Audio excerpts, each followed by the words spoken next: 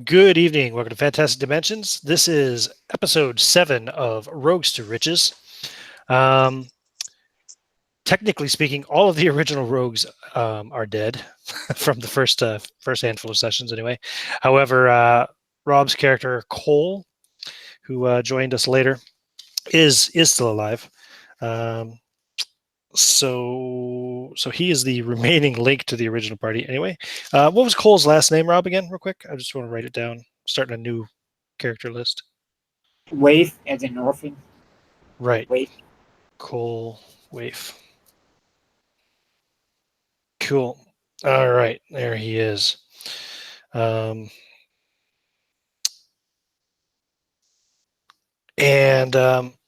So yeah, you guys basically are now traveling through the kind of Central Europe, Central Western Europe, whatever.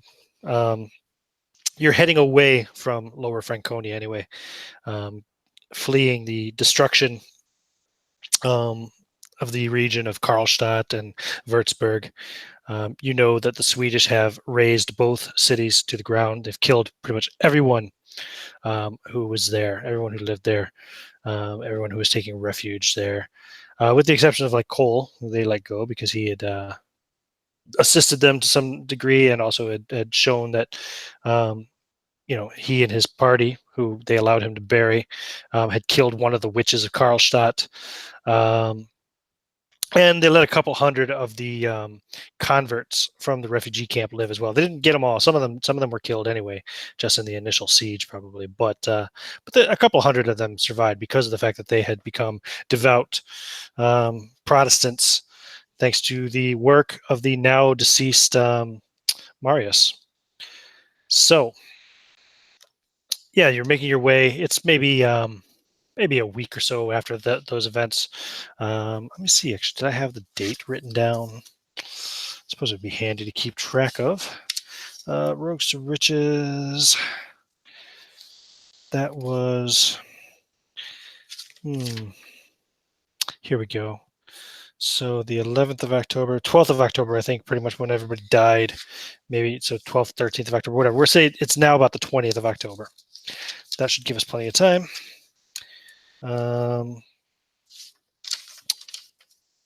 So would you go ahead and just give us a description on Cole one more time?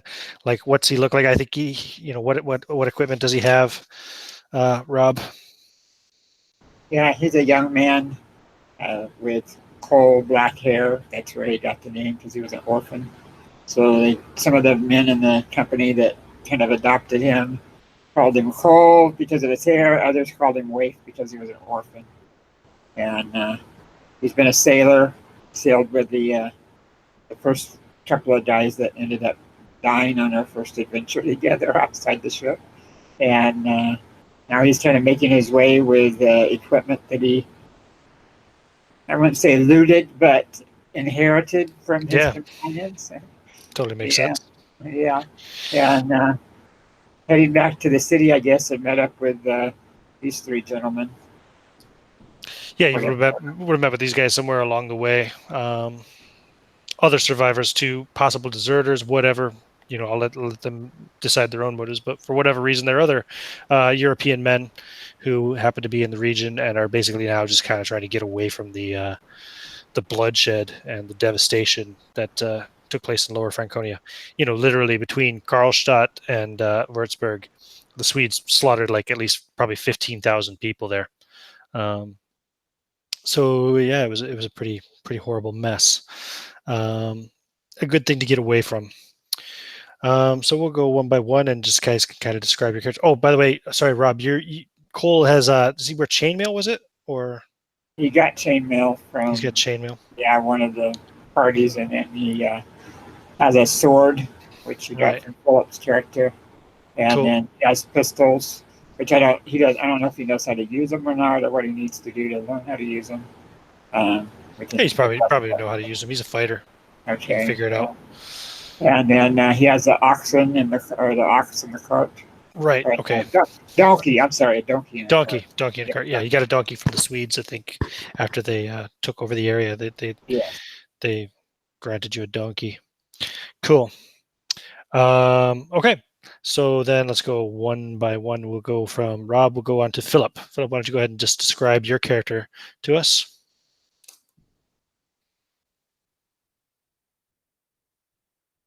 You'll have to unmute yourself first, of course.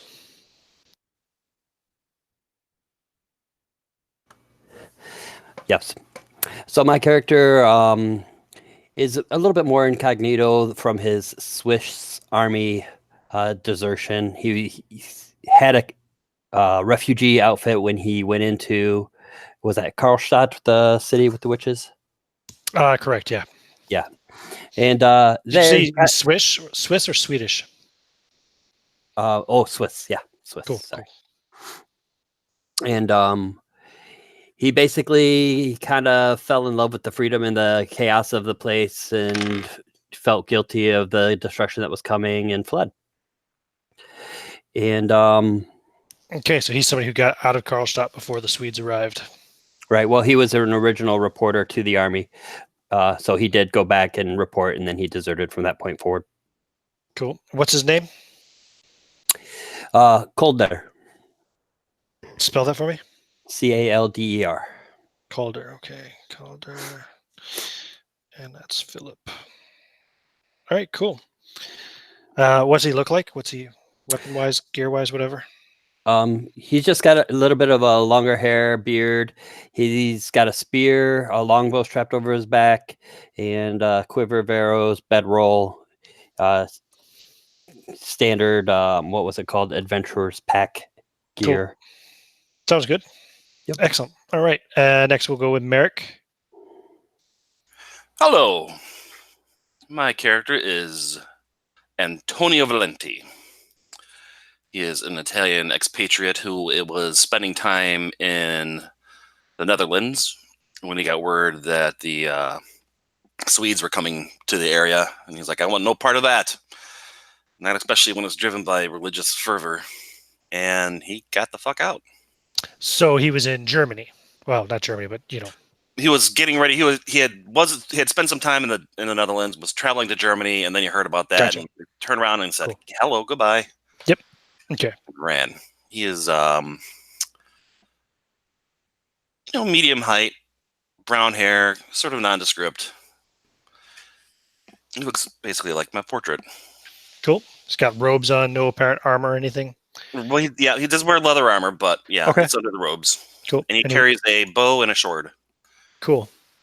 A bow and a sword. And a sword. Gotta watch out for those swords. Indeed. Excellent. Okay. That works for me. Yeah, and of course, when I said Germany, I meant the Holy Roman Empire, because Germany won't be established for like another 50 years or so, but you know what I mean. Mm-hmm. Yeah, that part of the world. And so, Ignacio, I was going to call him Antonio. Ignacio, go ahead and tell us who you're playing.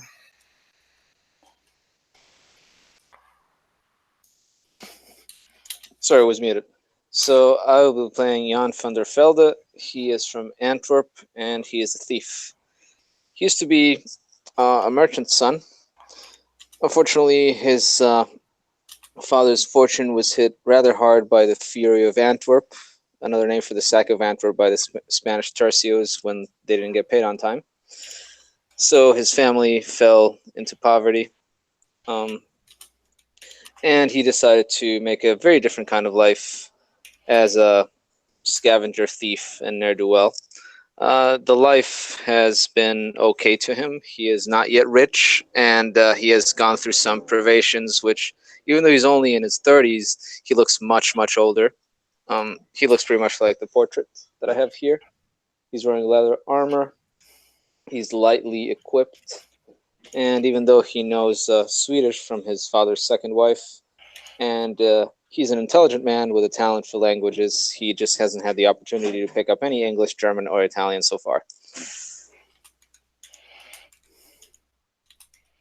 Okay, sounds good. So you guys are basically trying to make your way out of the heart of the war zone over here. It's getting hot and heavy in the Holy Roman Empire. So you guys are making your ways kind of northwest. So you're somewhere in the northwestern region, probably of the Holy Roman Empire. you feel relatively safe for the moment, because you haven't heard any nearby gunfire for a while. But I mean, if you were to look back to the east and the southeast, I mean, you'd still see probably smoke on the horizon from various towns and battles and stuff. So you're just trying to make your way. Well, in theory, at the moment, I mean, Cole thinks that England would be a good place for you guys to resettle, because England, although England is involved, like just about every European power is involved in the 30 Years' War, which is only maybe 13 years into the 30 Years' War right now. England is involved in that war in mainland Europe. England itself is relatively peaceful, so you're kind of working towards getting that way. Maybe eventually getting passage on a boat or getting a boat yourselves. Who knows? Once you get to a coastal area. So currently, the area where you're in, it's relatively scenic. Doesn't look. There's no signs of the war having hit this particular area of fields that you're walking down this road through at the moment. And just kind of off the road up ahead, and the sun is starting to get pretty low in the sky. The sky is turning that kind of orangish red hue as the sun sets in the west, so it's kind of ahead of you and to your left a bit.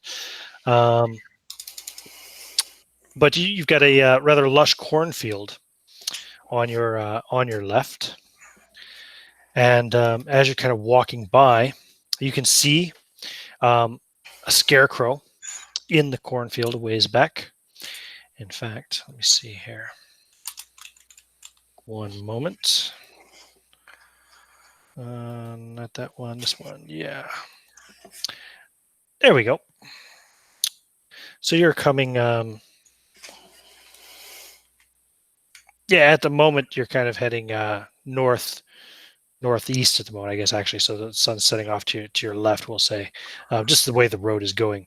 But you've got that nice lush cornfield off to the left, and you see a path come off the road that then cuts through the cornfield right up to a farmhouse, which from here looks to be in, it's about 75, between 75 and 100 yards off the road. Let me just check out my scale here.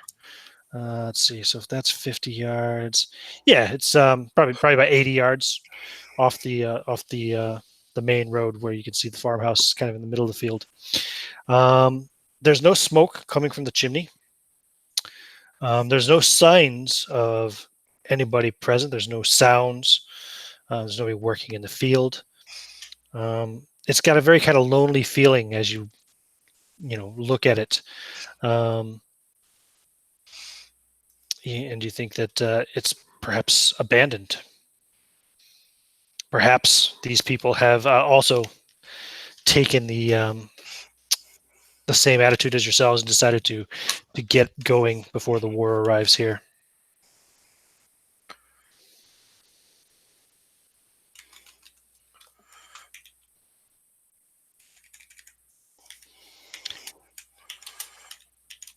Well, looks like the place is deserted, but I can't see the head entrance from here. Well, I'll go check it out. I'll go see. Maybe it'll be a good place to sleep. How tall is the cornfield stalk? That's a good question. The corn stalks, they're pretty high. I'm going to say about 8 feet. So if somebody stood up on top of the wagon, would they be able to see over top of the corn stalks? Yeah, sure. Actually, they're between 8 to 10 feet tall, we'll say, because that scarecrow, I believe, is about 20 feet high. Wherever no, it doesn't actually say how high it is, but so yeah, we'll stick with the 8 feet. So with the scarecrow, maybe the scarecrow is about maybe 16 feet total from bottom to top in the distance there. That's an awfully large scarecrow. No, it's a man-sized scarecrow, but it's on a cross, and it's up Oh. high up above the corn. That makes more sense. Yeah. Whoever's the tallest of us can get up on top of the cart and maybe take a look.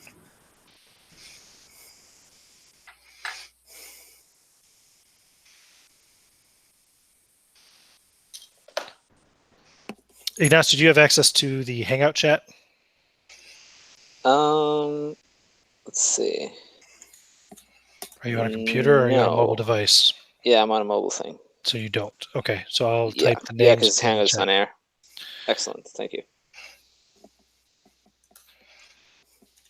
So my guy's at least average height.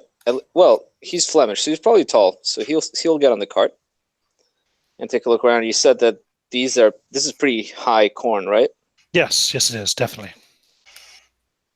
It looked like whoever owns this place does not work hardly. It has not been tended in many years. Maybe even since his young years, he has not tended it. And I still can't see the head entrance. We better get closer.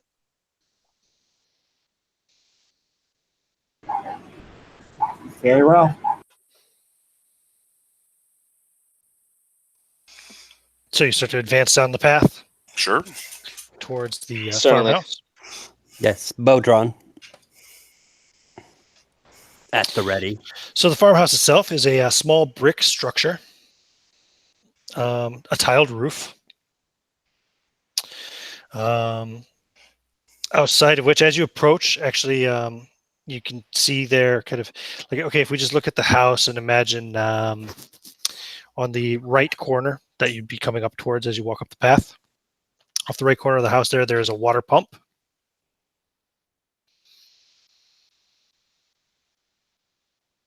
And as you're kind of walking up to, as you approach and get close to the water pump, you'll also hear the sound of flies. Sounds like a bunch of flies buzzing back near the rear of the house.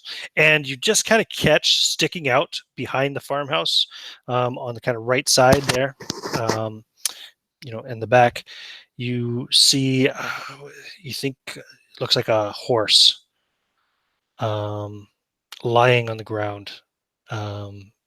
You presume dead, and you get a little bit of a smell of, rot.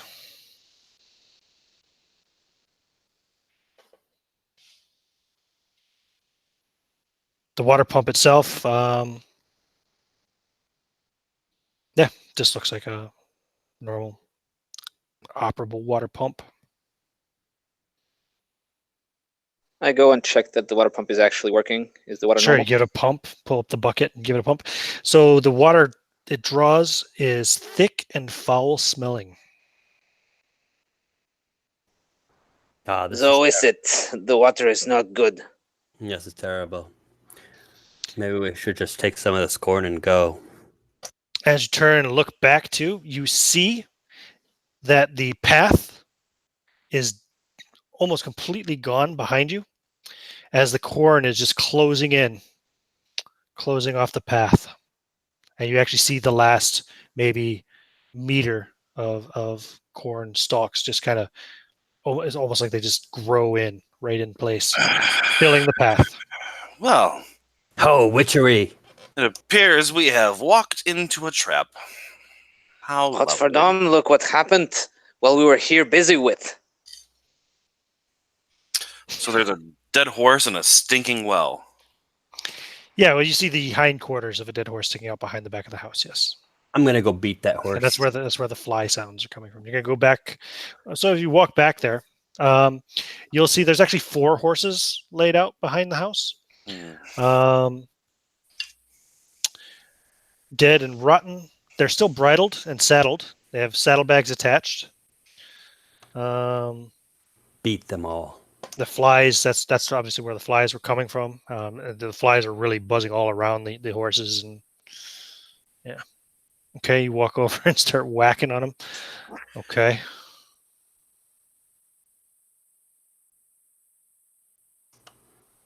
Just wanted to be able to say I was beating a dead horse this session. Mm-hmm. Okay. I will check the front door now that I actually finally I can see the head entrance. go through the saddlebags. Okay, so you start going through the saddlebags as he goes over to the front door.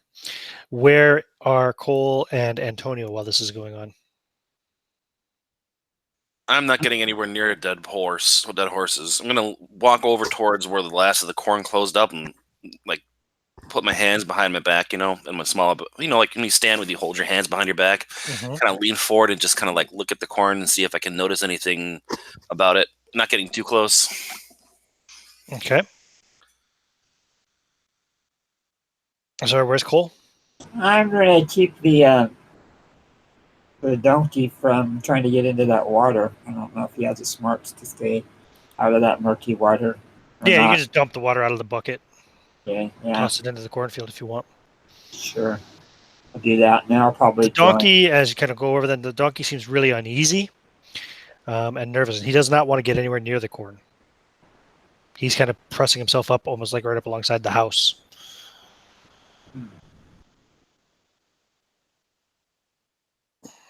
Very strange. So, Jan, what was it? Jan Vander... Velda. Jan. Yeah. Um, you open the door at the farmhouse. It creaks. Open. And this room looks to take up more than 50% of the house, judging from the size of it as you're looking in. Basically, all the way to the right wall where the fireplace is. You can see the chimney on the actual image of the cornfield. There is a table. Let me just see here. I want to make sure I read this correctly.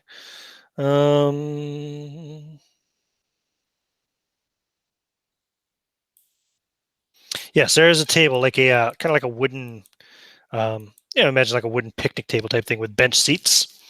That takes up a good portion of the room immediately on your right as you walk in, and there are 2 books sitting on that table. One of which is a massive tome, super thick, looks heavy as hell. And the other is smaller. Looks like some kind of a storybook.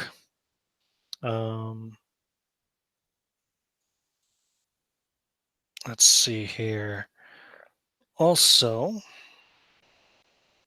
where is this? You will notice there's a harpsichord then as well. Kind of like at the back, straight across from the door, underneath one of the windows at the back of the house. There's a harpsichord there. Whereas the farmhouse looks to be a little bit dilapidated. Like you said, it looks like it's been abandoned for a while. The harpsichord looks to be in perfect condition. Looks very valuable, finely crafted. And as you're looking at it, to the right of the harpsichord, kind of between the harpsichord and the back wall, you notice there seems to be a man sitting there, kind of rocking back and forth. He's just kind of rocking back and forth and staring. He looks very sickly and pale. His clothing looks to be fine. However, it's as in, probably expensive. However, it's filthy, and he reeks too. And as you're kind of looking at him, you get the smell of excrement on the air and body odor. Ah, my good man. I would ask, what do you? But I think you are a farmer.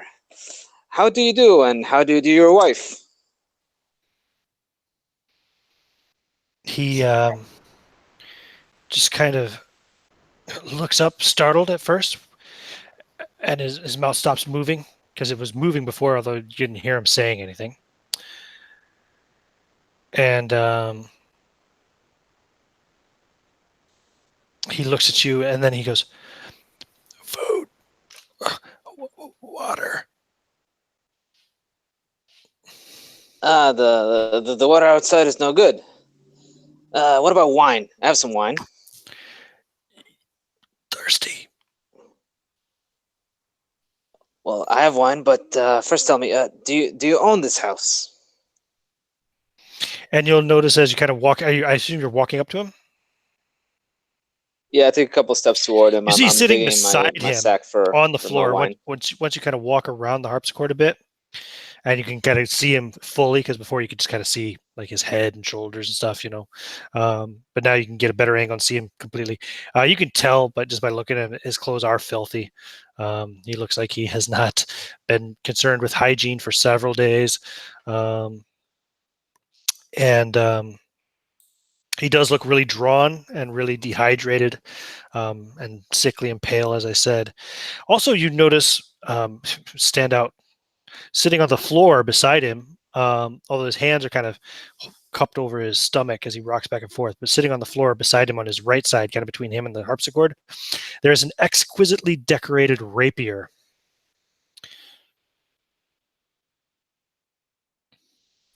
So I will keep my eyes on that rapier the whole time. I take a bottle of wine out of my about 3/4 full out of my sack, and I'm gonna hand it to him. And as soon as he takes it, I'm gonna go get that rapier. He takes it and starts greedily drinking. He doesn't even look at you as you pick up the rapier. He's completely focused on that wine sack you just handed him, or wine skin. Sorry. So I'm admiring the rapier. You said it was exquisitely decorated. Oh yeah, yeah. Whew. Just the craftsmanship and the gems and precious metals. This thing is worth tens of thousands of silver pieces, you believe. I have not seen anything like this since I lived in Antwerp during my young years, and I've been for many years now in the outside world, and I haven't seen anything like this at all. And I give the guy a cursory glance, and I see that he's otherwise preoccupied. And Yeah, and he's drinking too much wine, and then he suddenly stops, kind of drops the wineskin, and doubles over with cramps, and starts to retch a bit because he hasn't had anything to drink for a long time, and he just guzzled way too much wine too fast. Now, while you're doing that outside, so Philip, you are checking the saddlebags of the horses. Sorry, I say Philip, but I mean Calder. These saddlebags are empty except for one, which contains a scroll case. I will add it to my other scroll case. Okay. Can I have a scroll case within a scroll case, like Russian dolls? If they fit, but do you want to see what's inside the scroll case or no? I do. It has a receipt of sale. I assume you can read, right? What's your intelligence?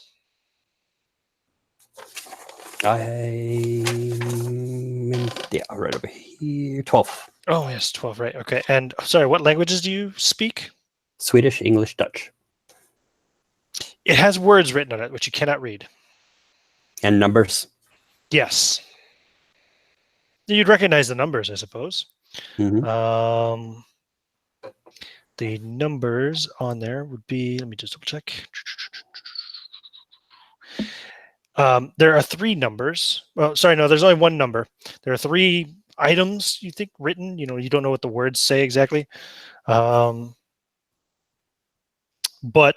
the 3 things are written down, and then there's a number 50,000 written beside that and underlined. Oh, it's a big number. Mm-hmm.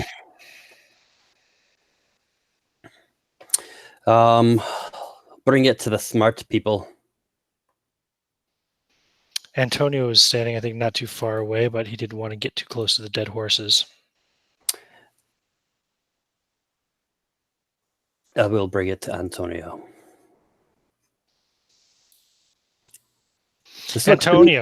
This looks to be some kind of receipt or something, but I can't make out what's being sold or for what type of coin. What languages does Antonio know? Well, let me see here. He speaks Italian and Dutch. Yeah. He does not speak English, German, or Swedish. Right. Actually, you all speak Dutch too. Mm-hmm. It's you probably know because the languages are kind of similar. The language looks to be German. German. Yeah. I'm afraid I can't read this. It appears to be in Deutsch. Oh, I speak Dutch. No, not Dutch. You would be able to read it if that was the case, I'm sure.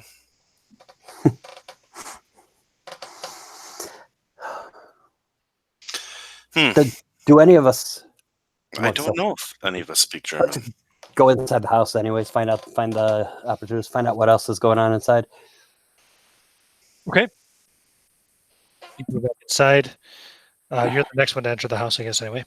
You'll see Jan there talking to a man who, maybe not talking to him right now, standing there with a man who is kind of retching, dry heaving a bit now. Oh, somebody is here. This guy is he's very pale and sickly looking, very unclean. You can smell human excrement as soon as you walk into the room. You'd see the two books sitting on the table as I described. And you'll see that Jan is holding a really exquisite looking rapier. Where'd you get I'm that, afraid John? our new friend is not doing easy at the moment, I say without lifting my eyes from the rapier. Who is this guy? Well, Where's he he from? lives here. He was too preoccupied with his thirst, and then he had too much, and now he is not doing easy. Is he German? Well, Or is tell he, us, old Franconian? boy, are you German? Are you? Do you speak? Yeah. Do you speak High German? Do you? Answer me, man. No. English. And some Dutch. Good. You speak a civilized language. You're speaking Dutch. Yes, I know. I know some. What are these books? Sorry. Thank you for the wine, but do you have any food? I haven't eaten anything in 5 days. Oh, I've got a full set of rations. I can throw them. Oh, thank you. And he starts to eat too fast, then he slows himself down, realizing like what just happened when he drank wine too fast. And he also greedily grabs the wineskin and keeps it close to him as well. So he's got the rations and the wineskin. Oh, thank God you came along. I think I was on the verge of death. Are you trapped here? Yes. Were you trapped here with anybody else? Yes. My companions there. They're both dead. I was the last one alive. If you can help me escape, I can reward you when we get back to England. 5,000 silver pieces. And an additional 1,000 each for my companions if we can return their bodies to their families. Eat and drink, get better, so you could tell us what is going on here.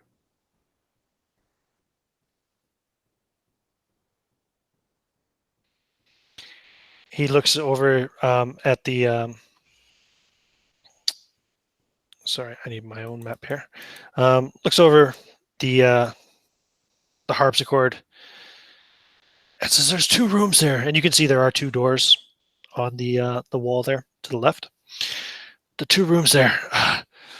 My companions. There's one in each. Don't drink the water. Don't drink the water from the well.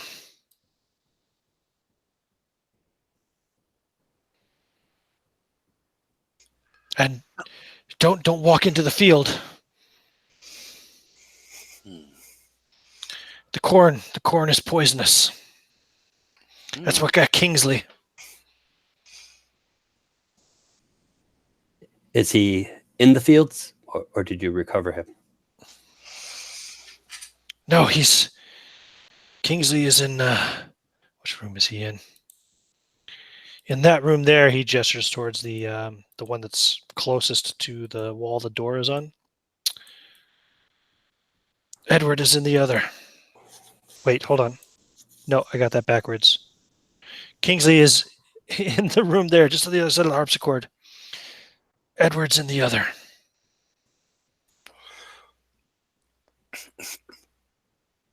How did you come to this place, and why haven't you just left? We can't leave. Can't walk through the field.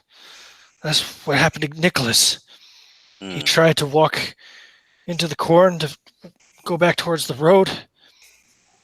I didn't see what happened, but I heard his screams and sprays of blood. The horses, they wouldn't even enter the fields. Was that Nicholas Nicholas's Kingsley? body. Sorry, Nicholas? Did I say Edward earlier? Hold on. You said Kingsley Sorry, and sorry, Edward. there were four. Sorry. Yes. Nicholas, yes. Our other companion. I don't know what happened to him, but surely with the screams and the sprays of blood, he didn't survive.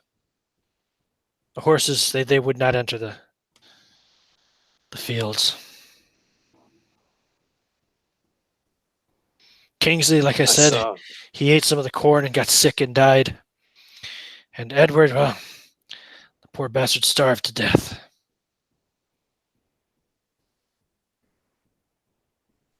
I saw one of the horses outside. He was not doing easy either. Did he eat the corn or drink the water? No, the horses wouldn't go near the corn.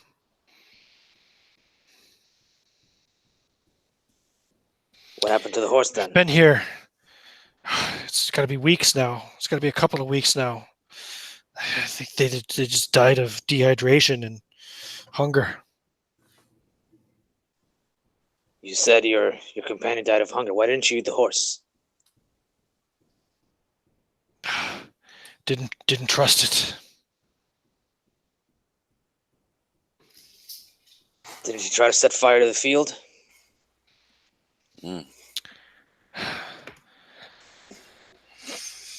Yes, we burned some of it, but the corn just grows right back at an ungodly rate of speed. Horrifying.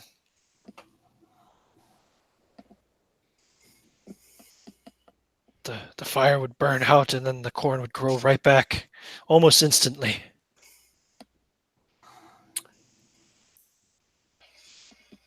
I think the corn is the beast. That's the demon that keeps us trapped here. It's the field itself.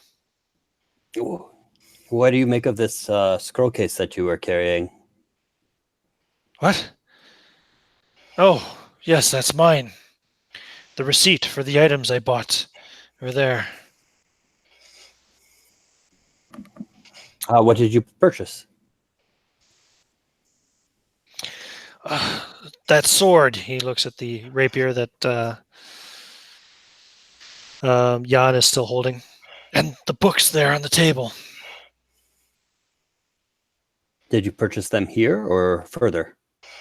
No. I purchased them in Cologne from a man who claimed to specialize in the occult.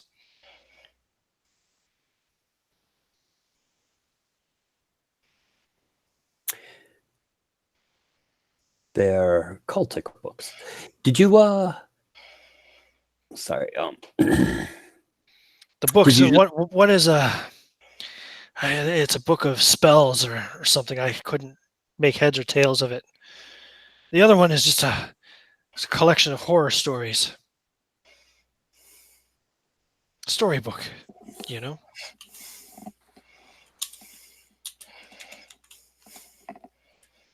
So you just wandered into this field for a place to stay? Yeah, so we'd been walking along on the road and we were trying to get west before the Swedes arrived. We knew that Adolphus was marching south to exact revenge for the siege of Magdeburg. We didn't want to be anywhere around when that happened. We came here just to rest with a roof over our heads for a night, and, well, the field never let us leave after that. And this strange piano is not yours. The harpsichord. No, it was here already. Have any of you used it. I don't know how to play. Do you? No. My But my it mother knew stands how to play. it stands out. And I will start tying that rapier. It's in a sheath, right? It has a scabbard. Yes. Yeah, the I will scabbard tie it itself to my has like belt gems all laid in it and stuff on the too. right, Okay. and then I will stretch out my fingers, and I will go and open up the harpsichord. And I want to see how it's like decorated. Does it have any like ornamentation that's not just wood carving? The harpsichord itself? No. The man, though, sees you tying the rapier under his belt. He says, what are you doing? That's my sword. Oh well, you asked us to take you out of here. That can well, but I feel that for this amount of risk, I should collect my payment early. I paid a lot of money for that. Didn't you just offer us 5,000? I'm sure that'll cover it. I'm sure my part will cover this. That sword's worth more than 5,000. A lot more. Oh, come now, man. We just saved you from dying of thirst. Very well. He looks down, kind of looking defeated. Have you had your fill then? I look at the bottle of wine. I'm very amused by this whole situation. Yes, thank you. For now. Is that Good, book? good. I will hold it for you then. And I take what's left of it and put it in my sack again. Okay. What were you saying, Rob? Are those two books that you were describing? Are they inside the house here with us right now? Yeah, they're on the table. Okay, I'd like to look at the one that looks like a horror story book. Okay. Yeah, it is written in English, actually, and it's titled "Tales of the Scarecrow." Yeah, I want to ask him a question. Did you bring this book here, or was this book here when you came, sir? No, I bought that book from the gentleman in Cologne. For what purposes did you buy it for? Well, my daughter, she loves scary stories. Uh,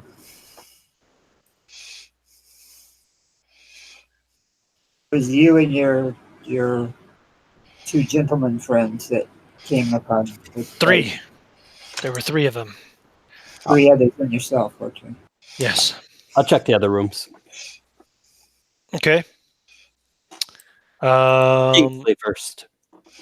Kingsley, which room was he in? Okay, the room just on the other side of the harpsichord. So, in that room, it's a bedroom. And here, I can even pull this map up now because you're going to check the whole house. There we go. The farmhouse. So, in that room, there is a bed with a man lying on the straw mattress covered with a blanket up to his under his armpits, basically. Again, smells of rot and feces, maybe a bit of piss too.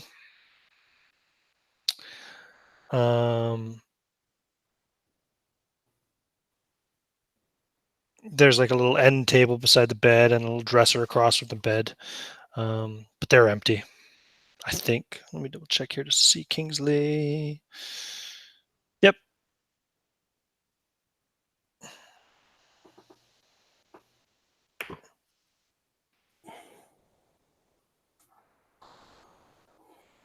I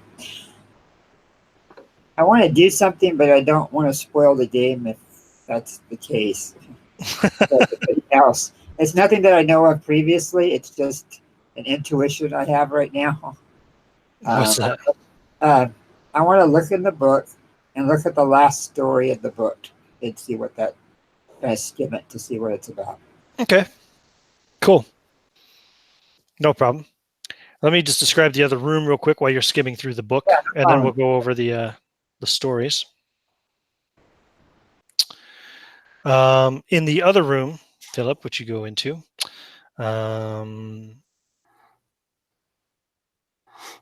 this is there's a man that's laying on the floor. This is kind of like a little closet, like storage room, I guess. Again, there's some shelves and another like table type thing, but they are empty, nothing inside of them. And there's a body in here covered with a blanket. You can't see the body; it's just completely covered. But you can smell it all right, and you can see the shape of it underneath the blanket as well. Are they unclothed? Like I said, he's covered with a blanket. You can't see him. I guess I'll uncover them. Okay. He is clothed and disgusting.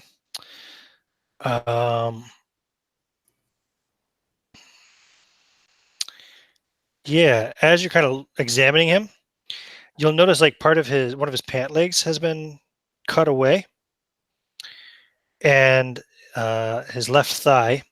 This is Edward. Yeah, this is Edward under the blanket. So part of his pant leg has been cut away on the left, and his left thigh shows signs of there's flesh missing, and like looking at it looks like teeth marks. Looks like somebody's been chewing on his leg. Like human teeth marks? Mm-hmm. You would also notice he has a gold ring on his left hand, and there's a bulge in his vest, a pretty sizable bulge.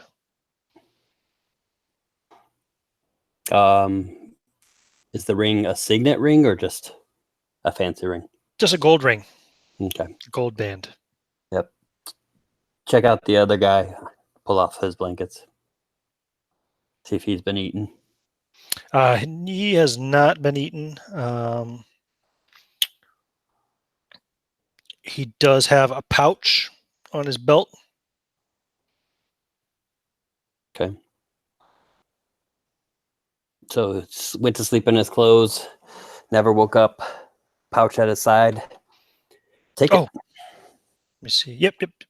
So you look inside the pouch. Yeah. It has 2 gold pieces and 47 silver pieces. Both of the gold pieces have teeth marks on them, like somebody bit them to check and make sure it's real gold. Okay. I'll take them. Okay. So then you got Kingsley's pouch. Yeah, just taking the gold pieces and the silver pieces. That wasn't Yeah, really... yeah. I'm just sitting here keeping track of what treasures you take and whatnot for. Nothing else rich on him? No. Not like the gold ring that the other guy was wearing, no. Okay.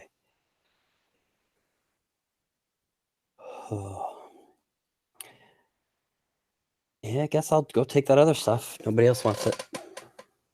Yeah, he's got a gold ring. So that's Edward's ring. Nothing written on it? Nope, it's just a band, just a gold band, but it's valuable. Okay. It's real gold. And you're going to check to see what's in the vest? Yes. So there's a large pouch tucked in there, and inside of it, there is an exquisite music box. That looks to be worth a good amount of money. Play it.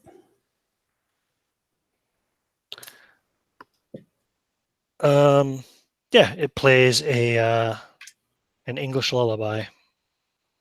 No, we'll say a German lullaby. Fuck it. Now I would likely hear this melody from the other room, right? The main room, the Yes, harpsichord. you would hear it now. So I'm going to open up the lid of the keyboard and I'm going to attempt to play the same melody on the harpsichord.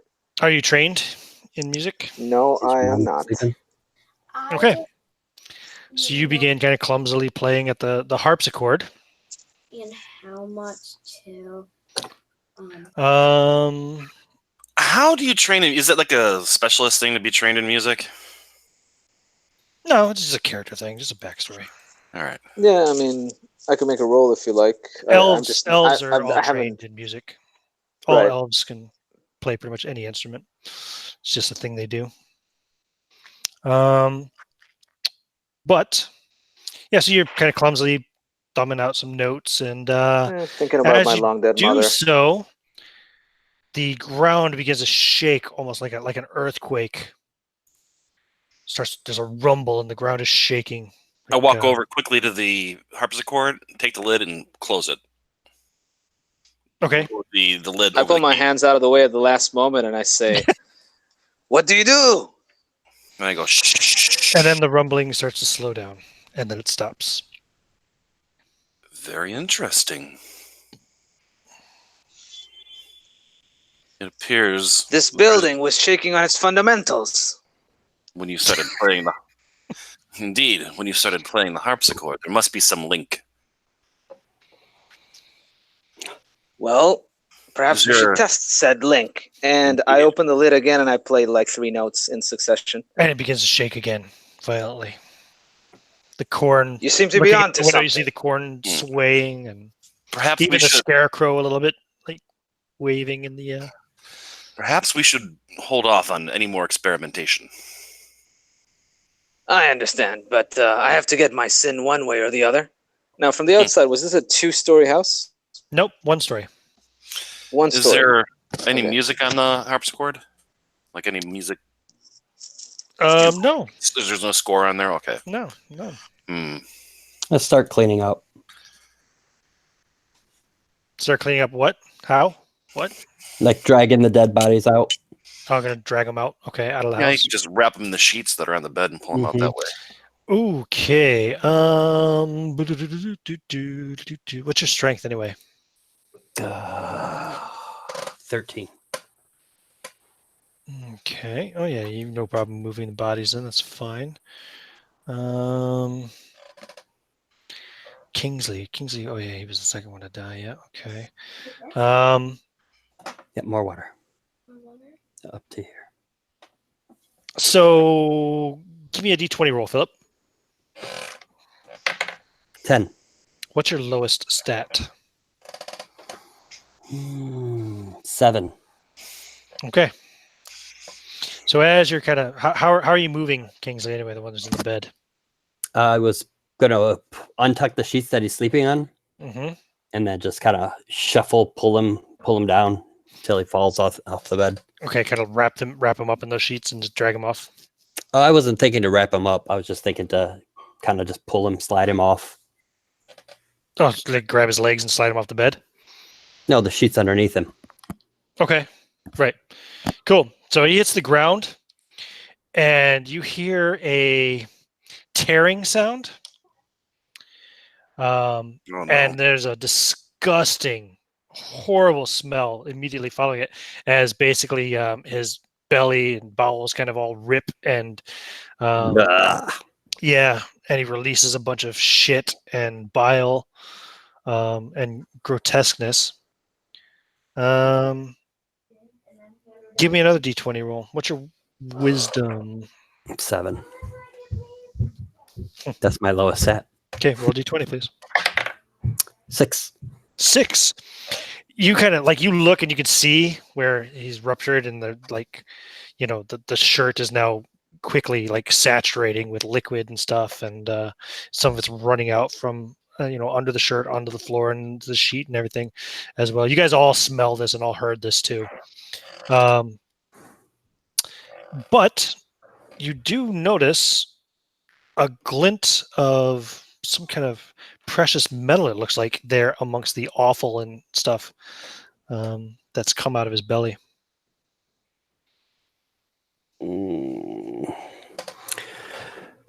Okay. I got to leave the room for a second anyways. Okay. And I'm going to go grab my spear out of the cart and poke around. Yeah, that smell is not good coming from room B. I close the door. Okay. Behind me. What did you do in there? I was trying to clean up. I wanted to get the bodies out and burn them all. If we're going to be here for a bit, thinking. Well, you had it totally missed then. What happened? His body ruptured, exploded grossly. Oh, God.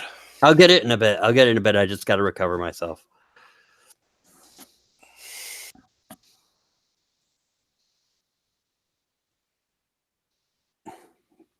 What you? What did you do to? What did you do to poor Edward? Or sorry, Kingsley. What did you do to poor Kingsley? I think he decided to kick him around a little bit to see if he was really dead. I'll not stand idle as you defile the bodies of my companions. We'll No, take them back to England in one no. piece. No, we're not. We were going to burn the bodies, give them the rightful, whatever, burning thing. You can't stay here with that smell. What did you do with the gold ring and the music box, by the way? Put them in my backpack. Okay. Backpack. Cool. And the money, as you can just put into your pouch. Yeah. Sure. Cool. Okay. Is he still sitting on the ground? This disheveled man. He's kind of gotten up to his legs. He's real wobbly though. He's like leaning on the harpsichord. I'm going to go stand behind him as the conversation continues. Okay. So Philip, you said you were going out to the wagon? Yeah, I was going to get my spear just to kind of like Okay. poke around in see what that metal thing is, and also probably something to tie the sheet to drag. Maybe a couple spears if there's a few in there. Maybe I can make a. I don't know. Are there, Rob? There's Here's- one I got from Philip's last character. So Right. So that's two. I can make a makeshift leader to slide them out, maybe. Yeah. Sure. Sure. Tell me, sir. I don't remember you giving your name. Might I inquire? My name is Richard Fox. Richard Fox. Tell me, Richard, what were you doing during your travels? Where were you headed? I'm an adventurer. I collect odd and bizarre items. He says. He nods towards the table with the books on it, and then he looks longingly at the sword on Antonio's side. He turns and he sits kind of with his ass up against the harpsichord now, so he's now facing you. Once you realize you're behind him, Jan.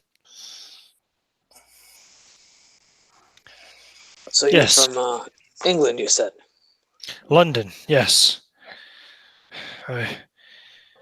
I know I don't look like much now, but well, you should have seen me before I bought all this junk. I had a cart full of gold. Were you in the wool trade? No, I told you I'm an adventurer. A rather successful one too. Until I ended up here. I've got lots of money back home. Well, I had lots of money here too, he says again, looking at the rapier. Fascinating. So other than the harpsichord and the table with the books on it, what other furniture is in this room? What is that in the corner? That must be a bucket, I'm guessing. Yeah, just the fireplace and a bucket. Oh, it looks like there's a couple of like little shelves and stuff too. Okay. I'm going to go examine the fireplace. I'm going to look up in it and feel around. Yeah, I mean, it's dirty. It hasn't been used in a long time. It's kind of greasy. But it doesn't seem like there's anything like stuffed up in it or... No. Okay. I'd like to take another look at this harpsichord. Mm-hmm. I'm actually going to. Yeah, it's search like I said, it's really basically. finely crafted. You think it's probably worth about 10 grand as well, 10,000 silver pieces, you'd guess? As I'm admiring its value and craftsmanship, I'm also going to actually search it, see if there's anything hidden in it. Okay. While you're doing that, and Cole is almost done with his perusal of the Tales of the Scarecrow, Calder has taken the spears back into room B. Horrible, sickly smell as he opens the door and starts running it through the offal that used to be Kingsley's, not Kingsley, is it Kingsley? Yeah, Kingsley's belly and guts.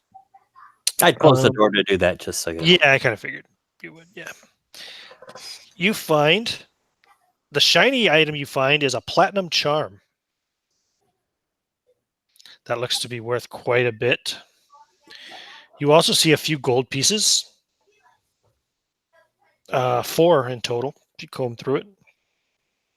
And you find a small, brilliantly cut ruby. And these are all swallowable size, I'm assuming? Yes. Okay. All right. Yes, kind of rinse them off and pocket them in my pouch, and well, I guess I'll just swallow them. No, I'm just kidding. It's so gross. I hope you're not. I'm not, but I should, just for the effect. But yeah, I also made like a little face mask, poured some water over it just to kind of keep some of that smell a bit at bay. So I'm gonna just kind of get the bodies out, bring them back to the horses, and then do the other one. I'll bring them back out to where the horses are behind the house. Yeah. Yep. Okay. You can see them nice now. Now I got the map up on the screen. Yep. And then on C, I guess I'll. Kingsley had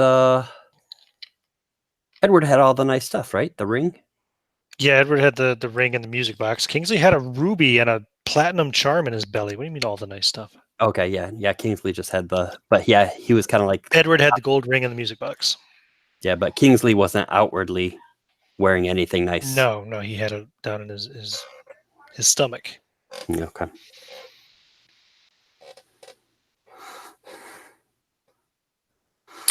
Do you want to get Edward's body out of there as well? Yeah. Probably a good idea. You can do a similar thing. He's not been as dead. He's not been dead as long as Kingsley. He was the last one to die, so he's not going to burst as you try to move him, drag him off the bed or anything like that. Plus, he's already on the floor. So. Okay. But yeah. So you can drag him out, and then take the shit pots out and everything. Just kind of clean up. Yeah. Open the windows. Yeah. Good idea. Try to air it out a bit. Do you guys have any wood? Anything you can burn in the fireplace, maybe, to try to also help with the smell? Okay. I left my cord of wood back home. Yeah. I have a torch. There's a harpsichord. There's some furniture. There's some shelves, some tables. We have some disgusting beds we could break up. Yeah. Yep. Get the beddings and stuff. Burn those up. Yeah. I mean, they're gonna smell too, but yeah. Yeah. No worries. Okay. So then, Rob, you have finished your perusal. I should say, Cole, you have finished your perusal of the Tales of the Scarecrow. So what I'm going to do now, because there's 4 horror stories in it. So I'm going to have each of you tell your story that's in the book. So basically in the module right now, we would break for like 10 minutes. You guys would come up with stories and then we'd take turns telling them or whatever. And then we'd, go from there. But for my own reasons, I gave you guys the heads up in advance so you could have your stories ready. So each of you should have a short little horror story to share about a scarecrow. So I will call you out one by one to tell your story. And then once all 4 of you had told your stories, I would like you guys to PM me, not in the group chat. Just send me a private message, directly. To tell me which of the 4 stories you liked best. You can choose your own as well if you wish. But try to be honest. Just which story you think was the best horror story. So I'm going to start with Ignacio. I'll let you go first. Okay, so this story is written by a Belgian French and then translated into English so that the wording is very awkward. It's a very sensationalist story. And it tells of a Spaniard, a dishonest Spaniard, who came to Belgium, and sold an honest Walloon man a single grain of magical corn that he had brought from the Indies. He told him that if he grew this corn, he would become insanely rich beyond his wildest dreams. So the man sold everything he owned, and he set up a small plot of land, and he planted that corn. Lo and behold, as the corn plants matured and started sprouting the fruit, the grains were not made of corn, but of silver. And soon, and not wanting to kill the golden goose too soon, he waited for all the entire field of corn to be completely full. And he had put in he had invested into this with his business partner, his brother-in-law. However, as he sat out on his porch and stared at the silvery corn that was stirred by the wind and listened to the clinking and thought about all the riches that he would have, he was then struck by the reality that he would have to split it with his brother-in-law, as they had gone into the venture together. So he killed his brother-in-law in his sleep, and in a sick twist of irony, he actually set him up as a scarecrow to scare all others who would come and take his fortune. So he had his dead brother-in-law hung up in the middle of the cornfield, and the cornfield was made of silver. And so a few more weeks passed, and he had not seen a soul for a while. And he was consumed with the thoughts of his riches, and he was just envisioning the day that he would reap the corn and keep it all for himself. And he would hear the sound of the clinking silver corn stalks in his sleep even. One day he woke up in a sweat. One night he woke up in a sweat in the middle of the night, and he came out to look at the corn, and he noticed that the scarecrow itself was missing. His brother-in-law's body was missing. And so, filled with dread, even feeling a primal fear that his brother-in-law had risen from the dead to rob him of his hard-earned money, he wandered into the field itself. And as he wandered into the field itself, he saw walking through it what looked like the body of his brother, but he was made of these silver grains, and he barreled towards him and enveloped him in the silver, and he died asphyxiated in the wealth that he had so coveted.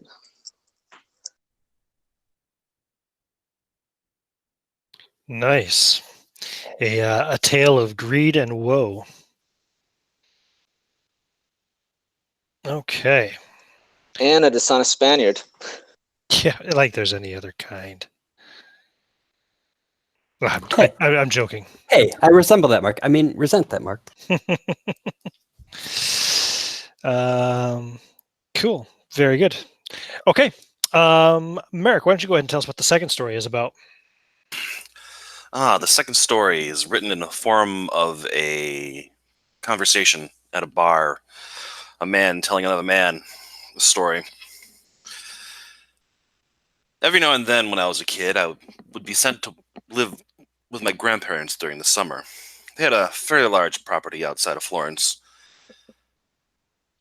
And so my grandfather used a good portion of that to set up a garden, a vegetable garden. And to be silly, they had put up a scarecrow. But wow, that thing was quite disturbing to me as a child. The thing that really bugged me the most about it was that they had set it up on a swivel so that it would turn with the directions of the wind. Yet it always seemed like that thing was looking right at me wherever I was on the property. Even when I was going to bed, all I would need to do is turn my head to look out the window, and that thing was watching me as I was going to sleep.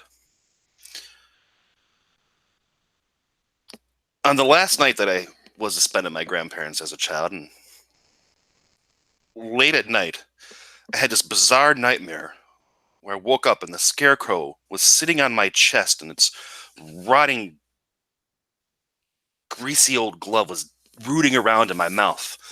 Well, needless to say, I woke up and screaming, and of course my grandfather gave me a a whooping for having disturbed them for nothing.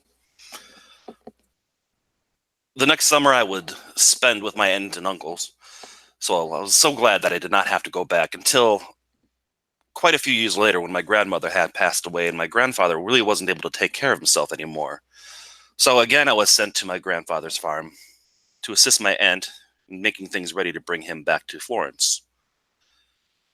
When I got down there, my aunt had asked me to go out and clear out the garden because they were going to get rid of the vegetables in there. Of course, they couldn't take them with them. They didn't want to leave the field to fall rotten with them.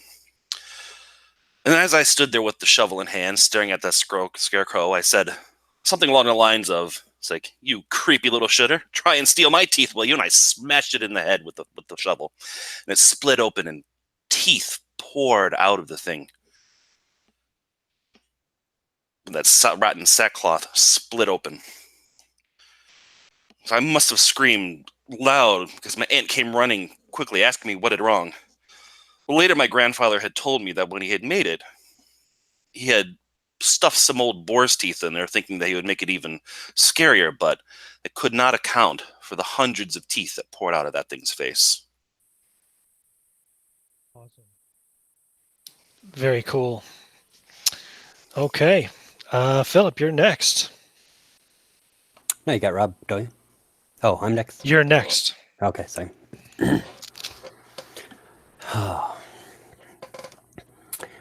So I just wrote this down. John woke up with a sharp, searing pain in his left eye. As he touched it, he vaguely recalled panic of a nightmare as something had stabbed him through the eye in his dream. Living on a farm, John was accustomed to the work of the day, but being in his teens, his mind often wandered to the curvaceous widow that lived 20 acres away. Finishing up his day's chores, John decided to go for a walk, finding various stones and hitting them with a stick. Along the way was a game he liked to play. He happened to wander into the widow's farm and was attempting to hit her old scarecrow with the stones he found. He hit that old scarecrow twice and was looking for more stones when he noticed a glimmering light in the upstairs window of the farmhouse. John, realizing he was excited of the possibility of seeing the widow without her realizing, and walked closer. As he came close to her house, he found himself sneaking into her barn, as the hayloft of her barn was directly in line with the window he now saw a shimmering light in. Climbing into the loft, he was rewarded with the full vision of her tub bathing, as a lantern provided her extra light and him extra viewability of her naked body. He had never seen a naked woman before and quickly found himself stroking in her loft, and all too quickly reaching climax. Just as the buildup of pressure threatened to explode, a strange wind from nowhere pushed through the barn, bringing the smell of rottenness to curl John's stomach. The pleasure was still there, about to break. As he took another glance into the window, the light changed, and the widow no longer looked curvaceous and beautiful, but sickly and half dead. Her head snapped as if to lock eyes with John, sending fear through his bones, mixed with the scent of death that twisted his gut. John's pressure released in the widow's loft, but it was no longer a pleasure he felt. As the pressure released in his loins, it moved into his left eye and along his skull, and he thought his head might explode. The odd moment passed, and John quickly packed himself up and began running home. He felt the odd sense of a gaze from the window looking back at him, and the judging stare of the scarecrow as he ran home to shake the feeling with a bath and finally some rest for going dinner. His sleep was disturbed by the sound of his name being called from outside, but it was drawn out and soft as if carried on the wind. John. Over and over. John. Till he could not help but peer outside, and he saw the widow with a lantern and white revealing sleepwear walking around the property as though looking for something. John had some small reservation about helping her since he had that weird vision earlier, but shook it off, as she may be missing an animal, and him helping could lead to more. Just as he took focus on his own reflection in the window, bam! A bird hit the window, bringing back a small sense of panic, but as Clearly odd as that was, he went out to help her without regard to omens. As he left the door behind and rounded his house to where he had seen her, he noticed the glowing light moving back toward her property. He ran to catch up, calling out to her, "Miss, can I help you? Did you lose something?" The lantern light paused in the field, and the widow turned to him. As he neared her in the moonlight, he slipped and fell in a wet patch of mud that had been covered with straw, and he was reminded of his earlier shame. He looked up, but she was no longer there. In her place, surrounded with a glowing lantern light, was the scarecrow of her field, disjointedly shuffling toward him with the rustling sound of hay, and he heard his name on the wind again, drawn out, "John." He tried to get away, but the panic and the mud did not allow it, as the scarecrow pounced on him, scratching everywhere. The rustling of hay sounded like a soft cackling, and fear gripped tightly as John lost consciousness. He woke to the sun beaming in his eyes and the widow before him. "Since you like to watch, you can keep watch," she said, as she started to walk away. John could feel his arms were bound, as if he were being crucified, but he could not move at all. A black crow landed on his arm, claws digging in tight. Its black-beaked face looked him in the eye. John vividly recalled his nightmare the day before, as though déjà vu. The bird swiftly pulled its head back and jabbed its beak deep into John's left eye, causing searing pain. John wanted to scream, but no sound, no breathing, no moving, just the pain, as the crow flew away with the straw in its beak. He heard the mirthful laughter of the widow as she left her field, where the new scarecrow stood crucified in the sun, missing a left eye. That's it. Wicked. And nasty. All right. Rob, you can close us off with the last story. Well, this story begins with a tale told at a campfire by a woodsman. And it starts out about, there's a clearing in the woods, the deep forest, a clearing. There was a farm. And on that farm, there lived an old lady named Alice. Alice had lived there after being born, with her mother dying, with her grandma, who the townspeople would avoid because she was considered a wise woman or possibly a witch. Alice, being born premature, was a little half-witted, the town people say, so they stayed away from her even when she did go into town, which she didn't do very often because it was quite far to go. Alice had a little patch of garden there in her area and a few farm animals, and that's how she lived, and that's all she lived. One day she went out to her field, her garden, and the crows had came, the ravens had came and ate and feasted upon her garden, and it really upset her. She tried to chase them off, and they wouldn't listen. She couldn't get out of the house in time to get them out. So she went back into the house and thought about it and thought, there has to be some way to get rid of these crows, ravens. So she remembered her grandma had a book that helped her do things. So she opened up the book, and she didn't know her letters quite well, but she could read a little bit. And she looked until she saw a picture of a raven, and she saw something, the heading of raven at the top of it. With there was more to it, but she saw a raven, and she saw how to build this doll, a large-sized doll to put in her cornfield. And when she got the doll made, she wrote the symbols that was on the pages of this book upon the what would be a scarecrow. She knew once she had fixed it, and she mounted it in her garden, and she went to bed that night, and she slept troublingly but deeply sounded until she was woke up by screams of the birds, the screams of the birds. And by the time she got out into the cornfield, there was no birds. There was just feathers, beaks, claws laying across the cornfield. She wondered what happened to them, but she was kind of happy because she had her garden still. They wouldn't attack anything in the garden and eat it. So she went back into her house, and had her day, and did her chores, and went to bed that night. And the next morning, she was still in that kind of troubled, deep sleep. And she kept hearing something. from outside. Raven. Raven. And all of a sudden she heard the squeal of the pig, a death squeal of the pig. And by the time she got out there was no pig left. It was just the bones of the pig. And she looked around and she saw nothing. She saw no predators, nothing like that. She went back into her hut, buried what she could of the pig, got rid of it, did her chores that she usually did every day. She looked at that scarecrow. The scarecrow was still where it was at. The corn was still there. The garden was still there, but no pig. So she went back, and then that night she went to sleep again. And then just before dawn, she heard this raven, raven. She said, ravens. The ravens are dead. She got up. She heard the squeals of the chickens in the chicken coop, and when she got out there, the chickens were just beaks and claws and feathers, devoured by something again.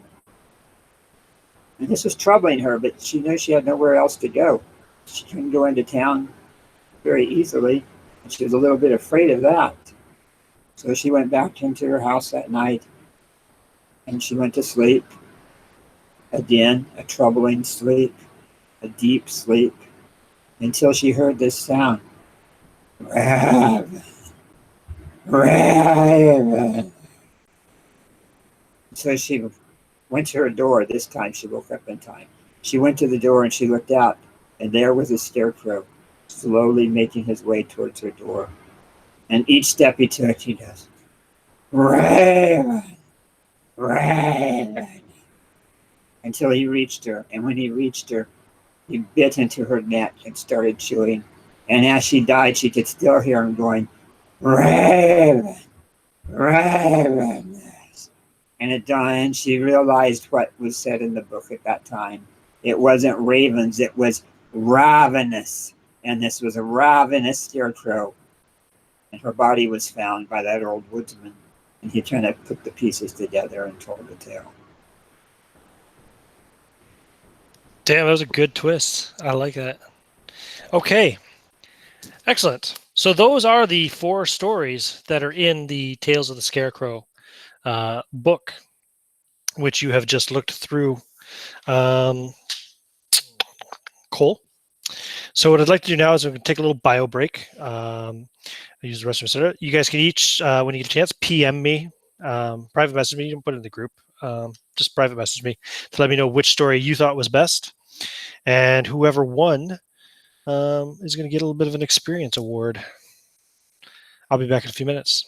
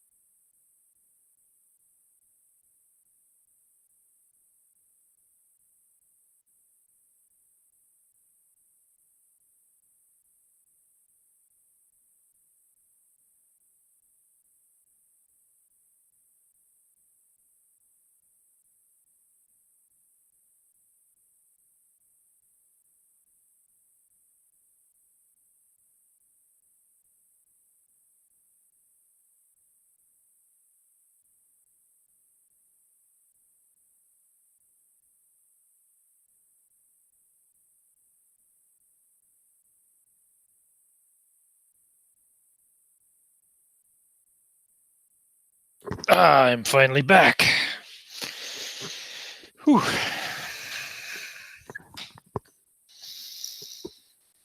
Is anyone else here? Yeah, I'm here. I'm here.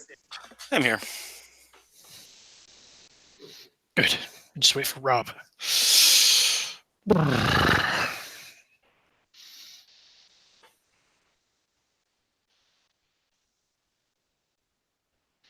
Yeah, I'm here. Excellent. Everyone is back, including me. Of course, I'm the most important of the bunch. So, we have a winner. Rob, you are the winner. Excellent. Congratulations. Well, thank you. I would like you to roll a d6, please.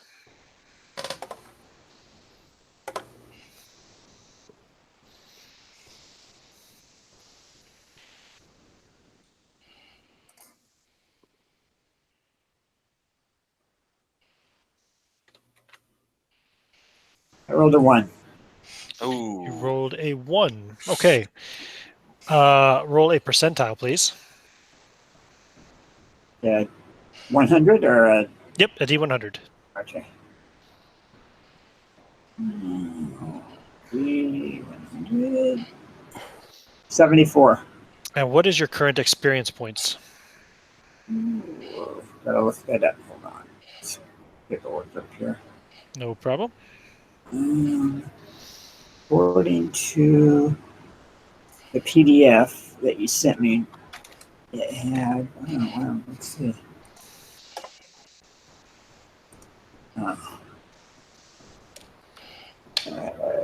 Is it gonna be at the bottom or the? No, it should be up at the top, Okay. next to the level.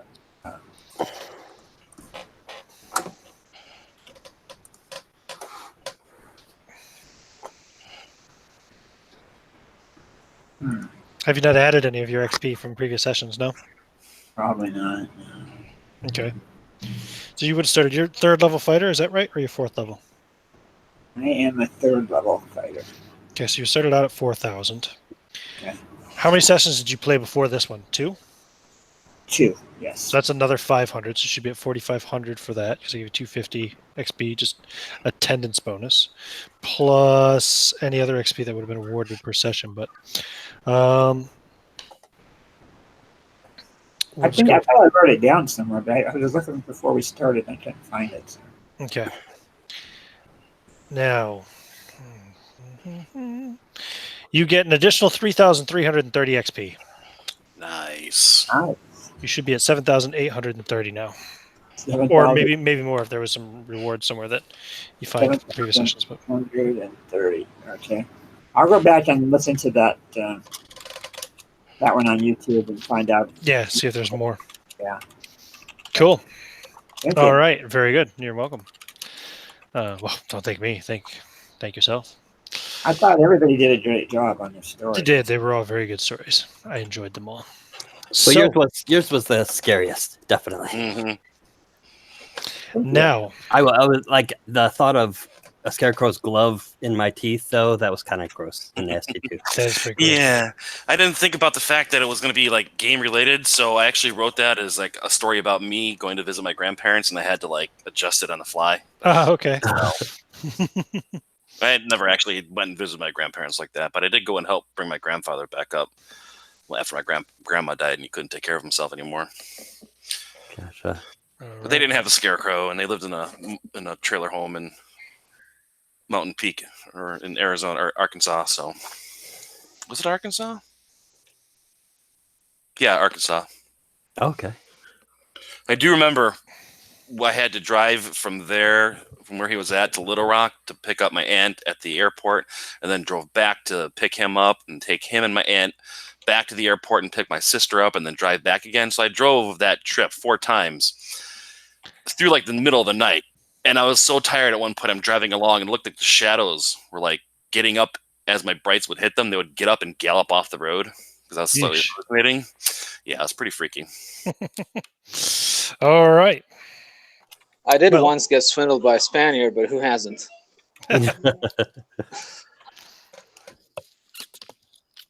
Okay. So now, anyway, it's starting to get dark. The sun has kind of disappeared behind the horizon, so you're at the darker end of twilight now. It's getting harder to see, outside, of course. But you have a little fire going in the fireplace. You get a little light going here. You'll hear a little distant rumble of thunder. The other book that was there was a spell book that was on the table. The other book, he told you it was a spell book. Yeah, it is a massive tome. Do we have any clerics or magic users? We have a magic user. There's a spell book? I did not realize this. Yes. Yeah. I was going to tell you about it. You will recognize it immediately, Merrick.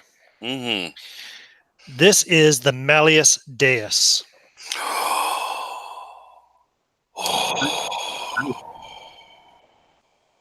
I don't really know. You would know that religious authorities of all organized religions, bar none, Christian, Muslim, Jewish, Hindu, whatever, doesn't matter. They all consider possession of this book to be a capital offense. That means it must be good. Essentially, this is supposed to be a book that rends order and understanding from the world. Anyone who even basically knows why this book is, why it's a capital crime to own this book is considered grounds for burning.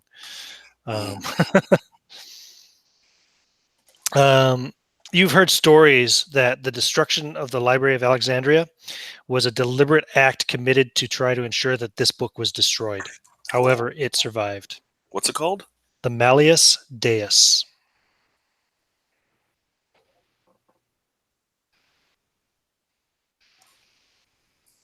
Quick question. Yes. Did I find anything in the harpsichord while searching it? No. Sorry, I forgot. Just a regular, costly harpsichord. Yeah. And we do have a cart with a donkey. It's not filled with like human teeth or anything. Right. Yeah. You do have a donkey and a cart.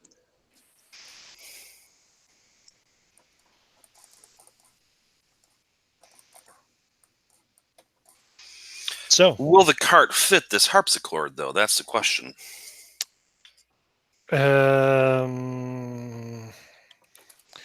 Let's see here. I'm going to say probably not. You could probably try to balance it on it somehow, but no, it's not going to fit in the cart.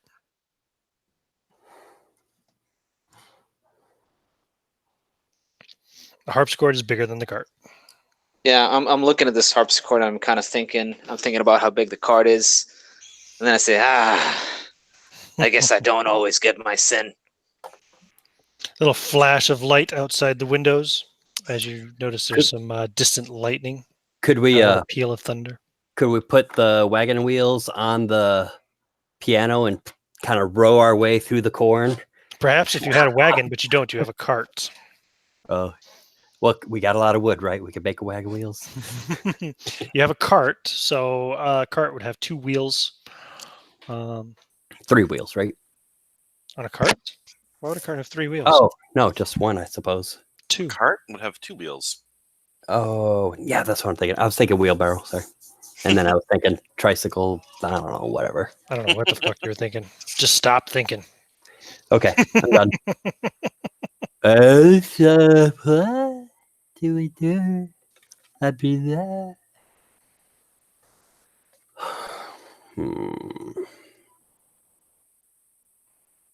I think that was the main.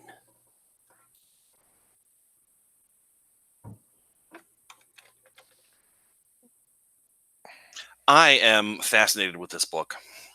Yeah. Gonna check it out, see what's in there. Slide it in front of me and taking its smell. Run my hands over its cover. Oh, and then crack it open and get the first puff of dusty air as it comes out. Yes, and start looking through it. Okay. Roll me 2d6, Merrick. All right. I instantly go sane and I eat all of your brains. 6. There are 6 first level spells in chapter 1. Ooh.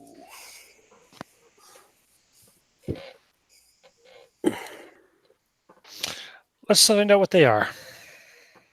Roll 6 d20s. All right. Well, actually, roll them in an order. Roll 1 d20. Sorry, Okay. it's important. 10. Think of it. A 10. So the first spell in this book is... 1 second. Stupid. Here we go. Magic user spells. The first book is Identify. The first spell is Identify. Roll another d20. 7. The second spell is Featherfall. Roll another d20. I'm writing these down. 17. Third spell is Sleep. Okay. 2. Fourth spell is Charm Person. Okay. 3. Fifth spell is Comprehend Languages. Okay. That's 1, 2. That's 5, right? And then 19. The last spell is Summon. Oh, that's a scary one. Roll me 2d4, please. Chapter 2. Malleus Deus. Chapter 1. Chapter 2. 4. There are 4 second level spells in chapter 2. Roll All right. d20. 20. The first one is Wizard Lock. Roll another one. 12. Second one is Magic Mouth. Roll another one.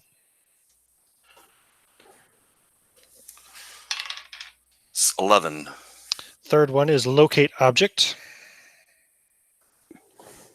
And roll another one. 7. Invisibility. Now, you're just perusing, getting the Yes. gist of these. You're not memorizing all these yet. Oh, It'll gosh, take no. time to I describe had to them. research and yeah. Mhm. Roll a d6, please. Okay. 2. Chapter 3 contains 2 third-level spells. Roll d20. Okay. 1. The first one is called Army of One. And roll another d20. 5. The second one is Explosive Runes. Ooh. Roll a d4 for me, please. Sorry, guys, this will be done in a minute, too. 3. There are 3 fourth-level spells in Chapter 4. So roll d20. 1. The first one is Charm Monster. Roll another d20. 12. The second one is Polymorph Others. And roll another d20.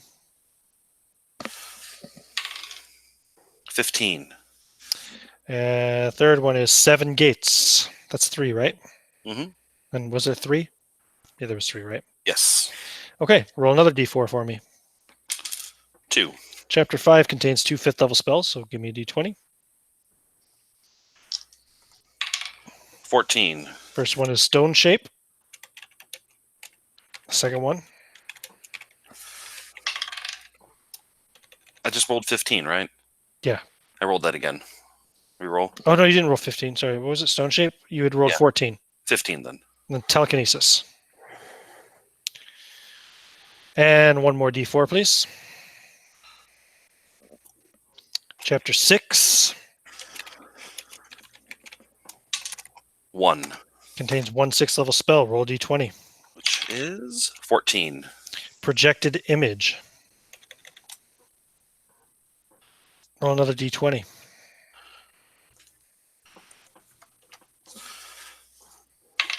1.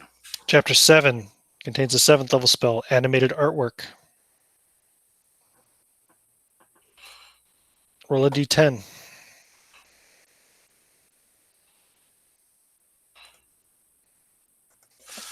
D10 Mhm. is 7. Chapter 8 contains the 8th level spell, Permanency. Oh, And roll a d6. permanency. That's a very important spell. D6, Mm-hmm. 2. Chapter 9 contains my favorite spell, the 9th level spell, Lost Dweomer. Oh, hold on. I misspelled that. Let me rewrite that here. Dweomer, D-W-E-O-M-E-R. O-M-E-R. Yep. I spelled D-W-O. And then I immediately Yes. misspelled it again. Now, seeing what's in this book now, I'd like you to roll a saving throw versus Brain Explosion. No, I'm just kidding. Awesome. You just found like a massive treasure trove of I succeed. magic user spells. Especially one of the most important ones, permanency. Mm-hmm. That is required to make any magic item. I would like to do something with this harpsichord. Oh.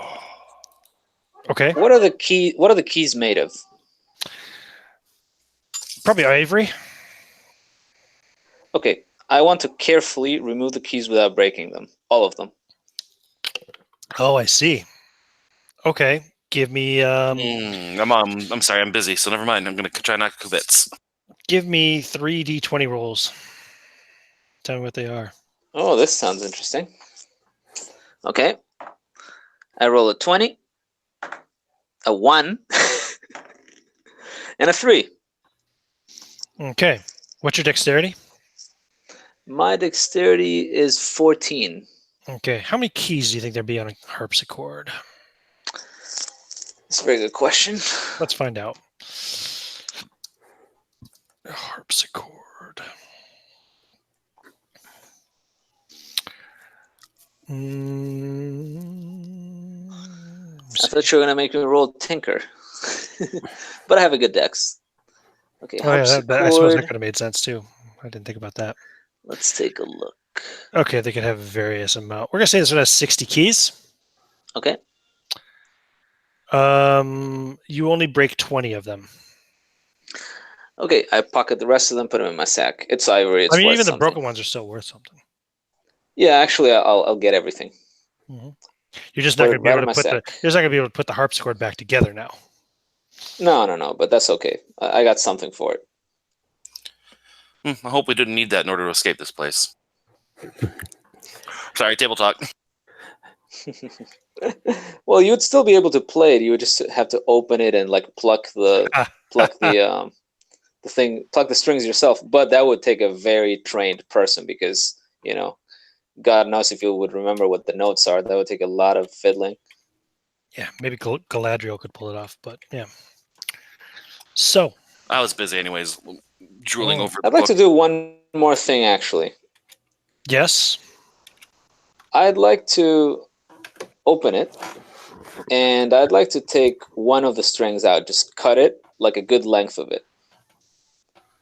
Okay. Sure. And I pocket take one it. strings up. Okay. I asked him to cut me one also. I want to use it as a garage if I need to. Yep, Why no not? problem. I'll get him one. I'll get him one. Cool. I imagine that there's a little ding and then a different note ding as I cut the two Yeah, each ropes time up, you do, the two things out. the ground rumbles a bit. Everybody rocks back and forth. Again, the house is shaking on its foundations. Okay, when that happens, I would be taken out of my reverie and see what you're doing. And what are you guys doing? Quickly get up and look over and see the damage. What? Put my hands to my face. Hands in the cookie jar. Look, what? Pulled him down like, oh. Yeah, all the keys are off the harpsichord. Many of them are now broken. 2 of the strings have been cut out. Well, I thought about taking the harpsichord, but that is not to do. Well, I mean, you see how big it is. Let me ask a question. You noticed earlier when you played it that the ground would rumble. What are the chances that this harpsichord is the key to us escaping this place? And now that may be rendered impossible. Well, I Like, put you it know- to you that it didn't matter what I played or whether I played it well, just that I played it. So you could still pluck the strings from the inside. It's open. Okay. What if a specific melody needed to be played? And now you've torn strings from it and removed the keys, making that nigh impossible. Oh, come now. What is the chances of you spontaneous? None of us can play well. Hmm. You, Englishman, can you play the harpsichord? Cole, can you play the harpsichord? You know, I'm actually talking to the adventurer I'm who sorry. is starving. Sorry. Yeah. No. No, I cannot. You see, I say, looking back at my companion, it is not to do. Well, let's hope that's the case. I do have another idea to hopefully get us from this place, but well, that will take some time and preparation. Not something I'd be able to do this evening. And not without rest first. Well, Enough to get rest here in this place. I'm doing a damn good job cleaning up, guys. Come on. Oh yeah. Yeah, it's starting to rain outside too. You Is that cleaned that. before Yeah. I started the fire or after? Did you start a fire? I was gonna burn all the bodies. But you haven't said anything about starting a fire yet, right? I thought we were going to burn that stuff in the fireplace. And we were You're doing burning that. the curtains, The and stuff. bodies. Right. Yeah. Before. Okay. Yep. Then I would retreat inside. Was there anything while I'm Yeah, there's outside? lightning flashes and thunder cracks, and you look back and you can see the scarecrow there in the That charm doesn't look in like the anything. field. It's how far is it? It's about halfway, so it's 80 yards. So it's about 40 yards from the house, the scarecrow itself. What charm? What? Oh, the platinum charm? Yeah, there was nothing like mystical looking about it, right? No, it's just a platinum charm, like a Jewelry. bauble, Yeah. Yeah. Okay. Shaped like a top hat. Something you would hang from a necklace or something, maybe.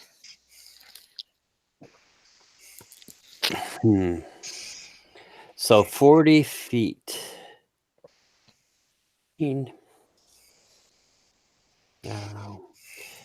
Look up at the roof. How sturdy does the roof look on this place? It's pretty sturdy. At least the house is somewhat dilapidated, but it's still. I mean, it's a brick house, tiled roof, so it was well built. Okay. I'm gonna set up a system before the storm comes that could kind of get somebody up onto the roof. Okay, how? Are there any barrels or is there a ladder? There's a bucket. That's There's a couple of dressers, like There's a ruined harpsichord. Yeah. there's a ruined harpsichord. I'll take the dressers outside. Okay. Yeah.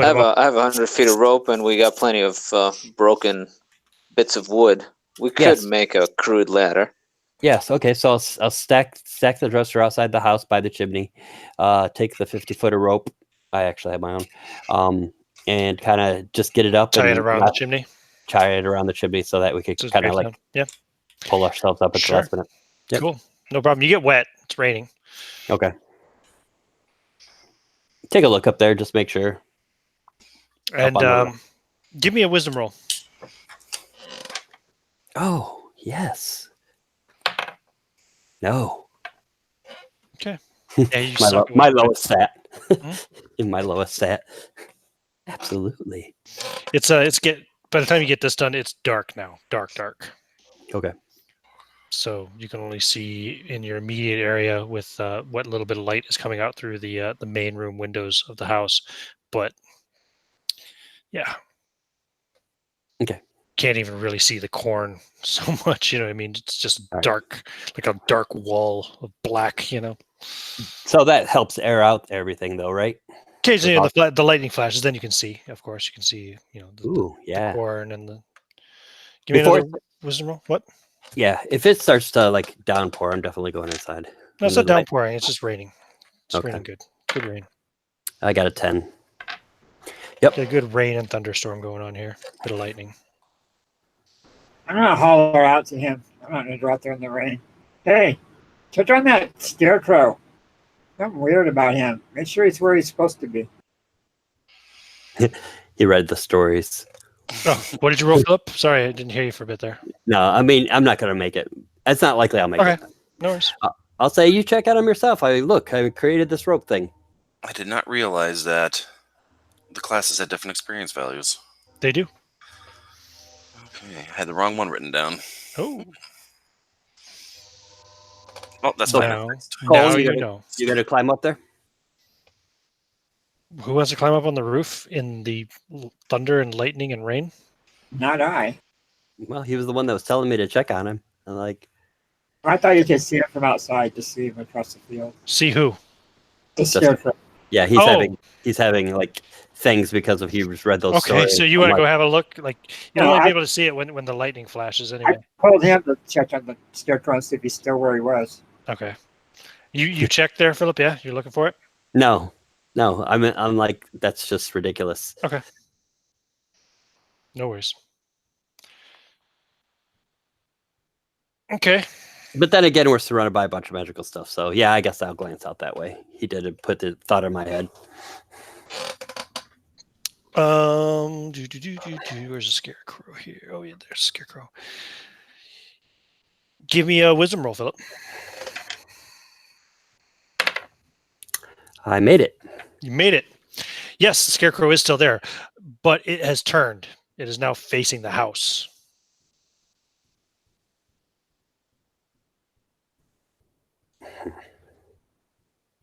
And it is raining, yeah.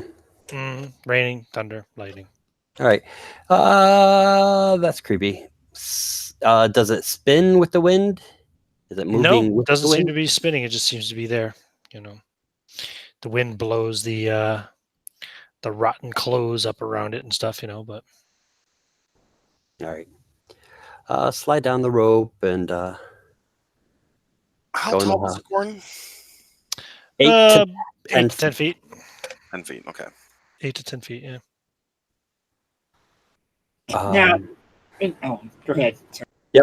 Yep. I'll say that. It's turned. It's actually that's really strange. But I mean, we are surrounded by magical sorceress stuff. It's looking at the house now. If this was a different game, I'd have you make a sanity roll for that, Rob. But it's not. I'm Yeah, sure you that find that a bit distressing, though.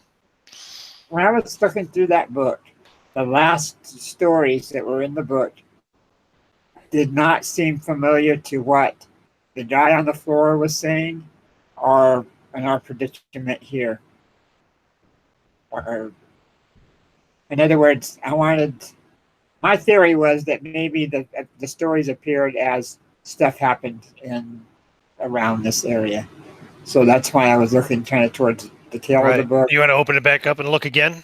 Yes, I would. Nothing has changed. Nothing has changed.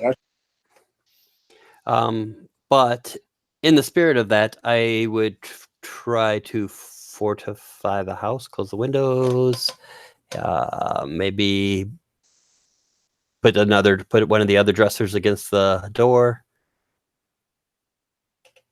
Okay.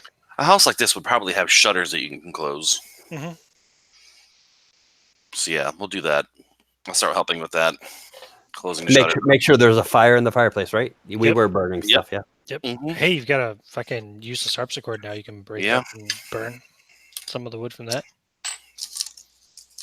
This is the damned place we're in. Play the harpsichord more. You broke the harpsichord. Now the scarecrow's mad. Richard seems to be lying down now, like kind of curling up near the fireplace, trying to stay warm and going to try to sleep. I think he's got the right idea. I'm gonna try and find a place also. Yeah, me as well. I've been Lay down. definitely put a bunch of work in cleaning this place up. Hmm. Everybody else has just been kind of like hanging around stealing shit. Not that I Mhm. I will use my yeah. drill to drill a hole into drill a small hole into each of the shutter windows, like an eye hole, so that you can Okay. see outside. Cool. I thought you were going to do it in the roof. I have, of course, wrapped that book up in oilcloth and stuffed it in my bag. Cool. I'm gonna haul in the stuff that's in the wagon. The Okay, house. and in the cart. Yeah, that's enough work. Okay. I'm gonna bring the I checked donkey out in, the- or leave him out there. I don't know. We could put him in one of those bedrooms if we wanted to, I guess. But it's up to you Mhm. guys. Like It's your donkey. Yeah, probably a better idea than leaving him out there. And we saw what happened to the horses. They starved to death. Yeah, you can bring him in, put him into one of the rooms. Probably C. It's got the most room. I will help. I used to fuck horses. To anyone who doesn't know about Dutch, that means I used to raise horses in Dunglish. Thank goodness. Yeah. Yeah, we used to live on a Dutch farm, so I heard that word before. I used to fuck horses. Jesus Christ. Love it. They would also fuck their fields, the farmers did. What they would say when they'd come in.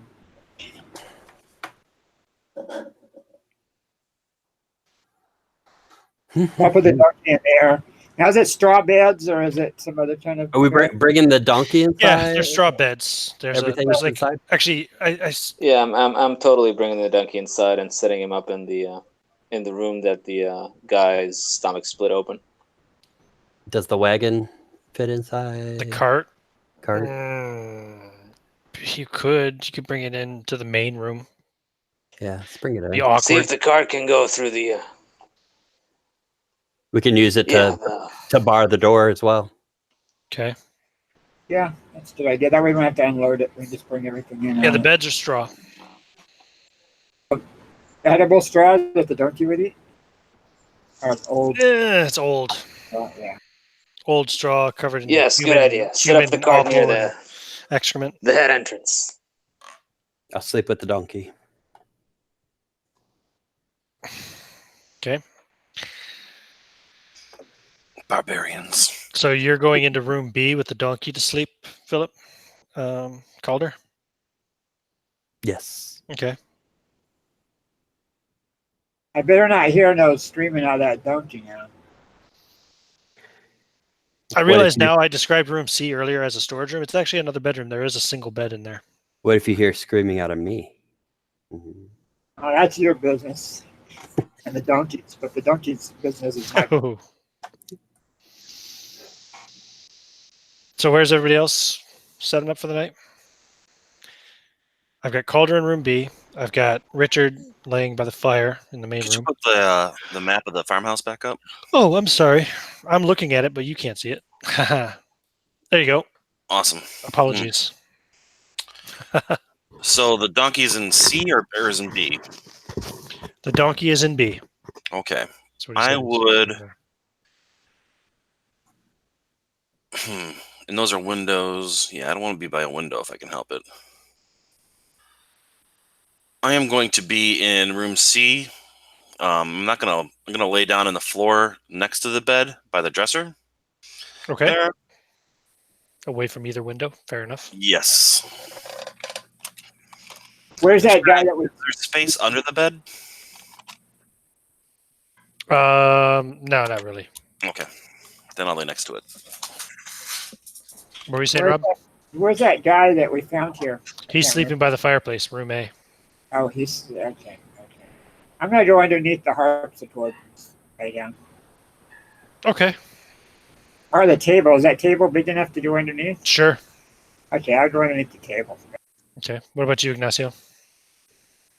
I'm gonna stay up for a bit, stand watch. I'll be sure to be to have the starving guy's back to me. Okay. Yeah, he's facing And, the fire. That's no problem. Yeah, I'm gonna go ahead and drink the little bit that's left of the wine, and then I'll look into the fire. And once everybody's like gone to sleep, I'm going to take out that little bit of harpsichord string, Mhm. and I'm gonna wrap it around my right hand and bite the other end, and then I'm gonna play the note with my index finger of my left. Okay. Yeah, okay. Like a harpsichord, or what is that? Jaw harp. It's Oh. it's a dough. Does anything happen? Yeah, the ground starts to rumble and shake. What if you just The building is shaking again on its fundamentals. Mhm. Glad to know this still works. And I put that in my jacket pocket. Okay. And the Cool. ground never shook when I played that little music box, right? No. I stare into the bottle and I say, the wine is up. Okay. So yeah, the wind is blowing, and there's still little bits of thunder and lightning. Give me no, don't give me any rolls. Screw that. So you're sitting there, getting kind of tired. It's been probably a couple of hours since everybody else kind of went to lay down and doze off. There's gentle snoring going on throughout the house. And you think you hear something from outside on the wind. At first, you think it's just the wind. And then you realize it sounds like a word, sounds like a voice. You hear Raven.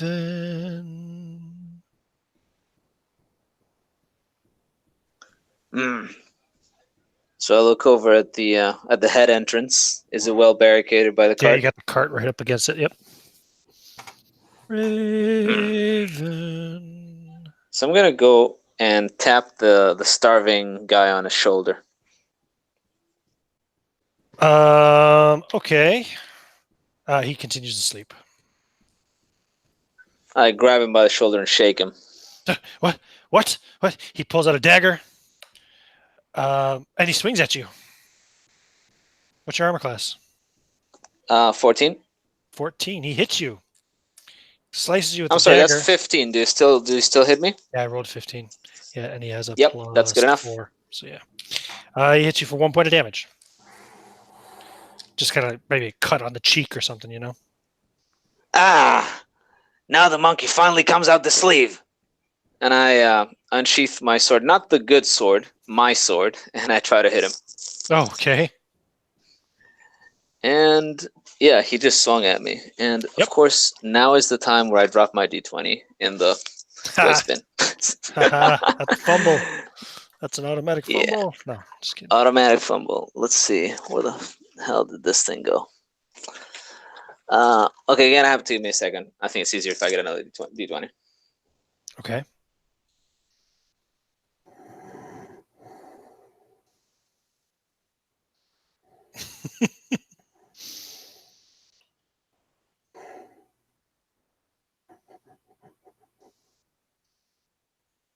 I have stats for this guy, don't I? Yeah. There he is. Ooh. Okay. Okay, I found the rest of my dice. Okay. What'd you So roll? I'll get a d20.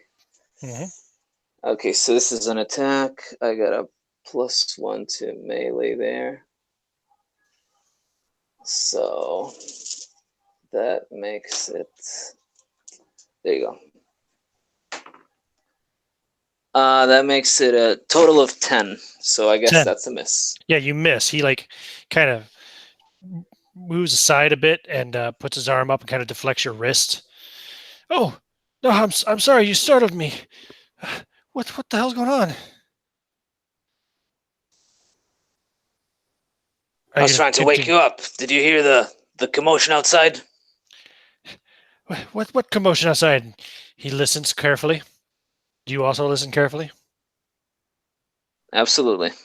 You hear like kind of tearing sounds, like wet tearing, and then kind of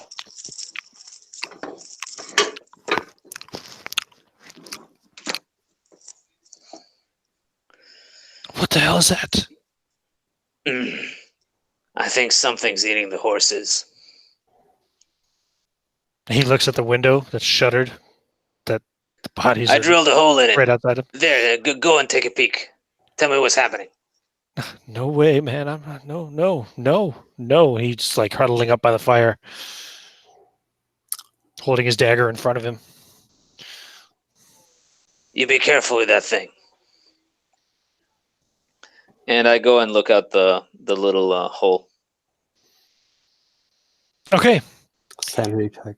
You see a figure, a humanoid figure, kind of bent over, kind of crouching over the pile of bodies there, and like just kind of head down, head first into it, like biting and tearing and eating. It looks well. Let's see. Yeah, you don't have any light to see, but yeah, there's a brief flash of lightning. And it looks to be wearing old, rotten, tattered clothes. And the when you look at it, like the arms, because that's what you can see from behind here, maybe some of the legs and feet are skeletal. So I turn away and I say in a whisper, Englishman, what is your name again? Oh, yeah, no, No, I'm talking to the starving guy again. Give me a Constitution roll, Rob. Actually, while you're there, okay. let's roll a d20.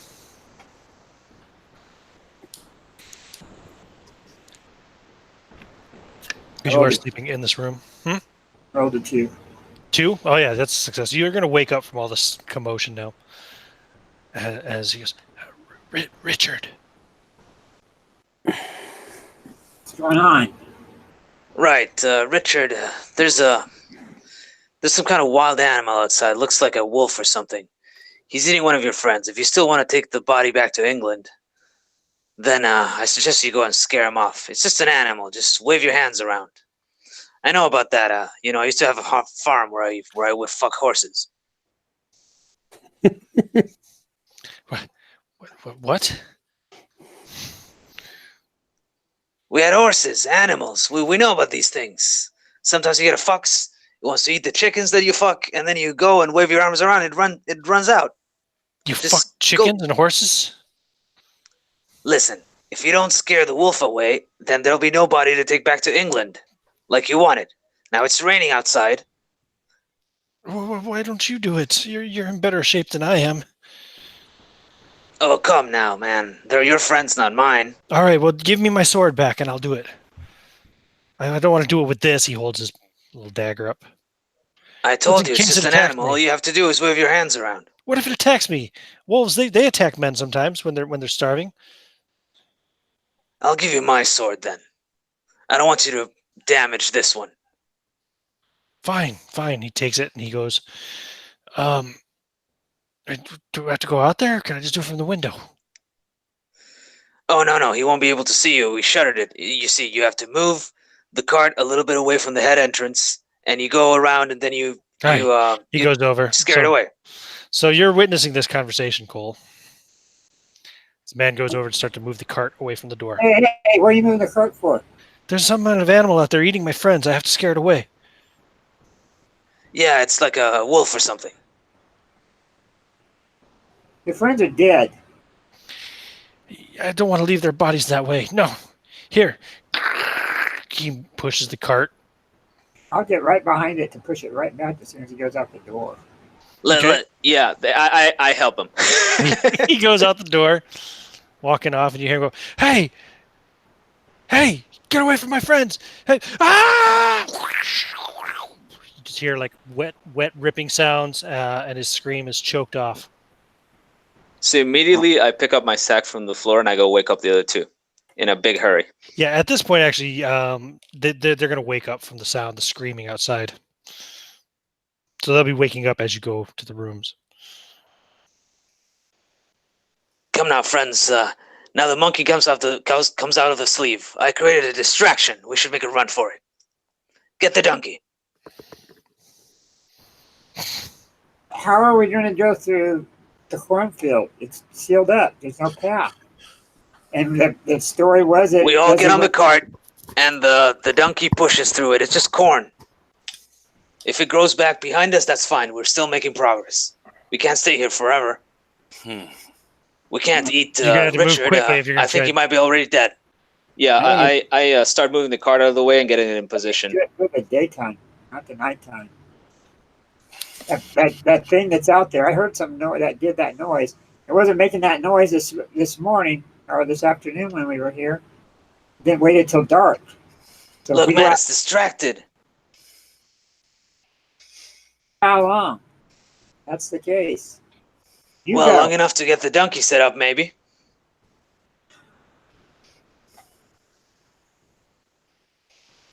Look, at least bring him out here and time to the cart. Help me. We'll do it quickly. I'm trying to think of everybody else's names now. Everybody else is out there, right? No, Everybody's in the main room maybe now, but I kind of consider the thief guy slightly crazy. He tore apart the thing. He's kind of doing his own thing.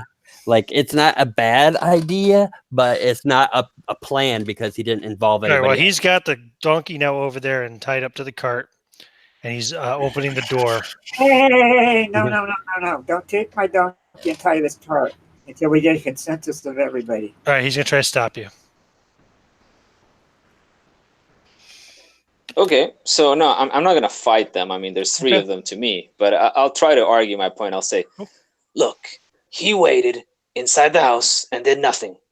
And it's pure luck that he's alive. I don't want to end up having to eat any of you, and I certainly don't want you to eat me. We have to make a run for it. I got a nice sword. We got ivory harpsichord keys. Who knows what you got when you were snooping in the room? I should have gotten there and gotten a piece of that action. Now's your chance. He's got something that's that mean. I'll say now's your chance. I don't care. If you believe in your plan, you better go now. I don't know. I'm gonna give it at least a day before I think of something to do. I'm tired. I cleaned this whole bitch. And you hear a My plan will not be ready until tomorrow either. you hear a thump thump on the roof, and then you hear as it sounds like something runs across the roof of the house, back from the side near the chimney over to the other side, and then stops. Well, and then the sound's gone. So I look at everybody's The face. donkey is freaking out. Is there any armor in the cart or anything? I don't know. Rob, is there any armor in the cart? Because I don't have any armor, and I wasn't prepared for battle per se. Mm-hmm. Yeah, it takes like 10 minutes to put on armor too. Leather armor with a dart. That's the one that your character had before. Oh, leather armor. Okay, so I look around and I see that there's no consensus here. So I'm gonna go and at least close the door. Okay. I'll get equipped for whatever is going down in the future. Sounds like craziness is happening. And also, I'm going to stand with my back against the wall, right to the which way does the door open? Does it open inside left, or it opens inside left, right? So I stand to the right. Yep. Yeah, I stand to the right with my back against that wall. Okay. And I have my I take out the good sword. Yeah. The only sword you have left right now. Correct. Oh, it's such a good sword. Such a beautiful sword. Okay. What's everybody else doing? Okay, so we heard a sound across the ceiling and then it went away, right? The roof, yeah. The roof, yeah. Okay. Ceiling's on the inside, roof's on the outside. Hey, I'm Flemish. I'm gonna get it wrong. Somebody fuck the ceiling, quick. Do we want to create any kind of obstacles to get to us in the inside? Like maybe ropes, set up ropes or something? Tripwires? No. That's a You good hear idea. the sound of breaking wood coming from room B. Let's move Shit. something over there. Sounded like a window shutter being shattered. And that door opens inward. Everybody roll initiative. Oh, shit. Might as Did well I go ma- into combat actions now. Did I manage 3. to get armor on? Oh God, no. No. Oh, nice. You might have got I'm on a 3. part of it on, but I mean, it takes like 10 minutes, I think, to get in and out of most armor. Might only take maybe 5 minutes for leather armor. Maybe it's a little easier than chain, or I don't even think it would be though, honestly. That depends on if anybody helps me. But Yeah, they help you take half time, so take 5 minutes, but still hasn't been that long. I would guess I was sleeping in my armor. I don't know. I mean, I would think so. Fair enough. but Yeah. I'll help him then while everybody's doing whatever they're doing. If I'll you're help trying to help him put on armor, you've got like part of a a leg piece on when you hear the shutter shatter in room B, and we've all rolled initiative. Okay. Anybody on 6? I'm on 7. Okay. Well, which rounds 6, down to 6? 7. 6 is Yep. there's only 6 segments in a round, so you're on 6. All right. What do you do? Okay, so I move to the opposite side away from the door to room B. Ready my bow and dig into my backpack for the vial of holy water that's in there and start tying it to an arrow with some twine I tear off of my end of my robe. Okay, that's a lot to do. So I'll say you move over, you pull out an arrow, and you start tying your vial Yeah, of and holy that's water to all it. I do for this round. Yeah. That's fine. Yep. No problem. You can ready the bow next round. Yep. Okay. Anybody else on 5? I'm on 6. You're on 6? Oh, well, what do you do? I guess I'm going to have to abandon the armor and get the bow ready Okay, you get And- your bow ready. and keep my spear. Keep it at the ready. Try to peer into the room. That's it. Try to get an advantage of sight. Okay. Anybody else on 6? Anybody on 5? Now, was that the room I was sleeping in? Room B? Yes, it was the room that the donkey had been in. And what's the donkey doing? The donkey's freaking out. He's just like doesn't know where to go, what to do. He's just like kind of like bucking up and down and screaming and braying, Mhm. panicking. He's like half tied to the cart. Well, shit. I'm going to move in there. He's tied to the cart? Half tied to the cart. Your thief started to try to hook him up to the cart. and Oh, then, he's in the room with us. yeah, Gotcha. I forgot about that. I missed that part. So, okay. The door swings open. And standing in the doorway, you see the scarecrow. Skeletal. You can see a little bit of rotting flesh kind of still clinging to its face. Not to really make out any kind of facial features, just to tell that it once had flesh. It opens its mouth and it goes, Raven! And you can see like really broken, like almost like filed teeth inside. They're, of course, a horrible, rotten color. So let's see. It moved over, opened the door, made the sound. And yeah, making the sound is a free action. I need to bring back up my map so I can see where people are. Okay, so Merrick, you were opposite the door with your bow drawn, or Yes. with your arrow. Philip, you moved which part of the room? Back behind the table. Where the peg guy is behind the harpsichord. Oh, okay. So you're back behind the harpsichord. Okay, and I'm going to say that currently, so the donkey and the cart are close to the door. So I'm also going to say that that's also around where Cole and Jan are. So I'm going to roll odd or even. It's going to be poor Cole. The scarecrow charges you, Cole, and attacks you. What's your armor class? 1 second. I don't have that. It's the chainmail. When it makes an appearance, is it possible to shoot it with a readied action? If you had an action readied, yes. That was what I said, right? Okay, yeah, go ahead and roll. Okay. So, Rob, do you have a dexterity modifier?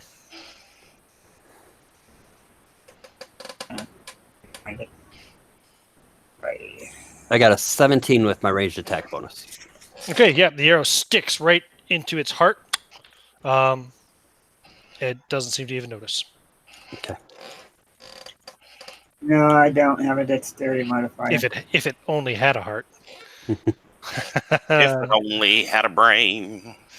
You don't have dexterity modifier, case you're armor class 16. So yeah, so it's like razor sharp bone-like talons actually cut right into the chain and hit your flesh, causing 5 points of damage to you.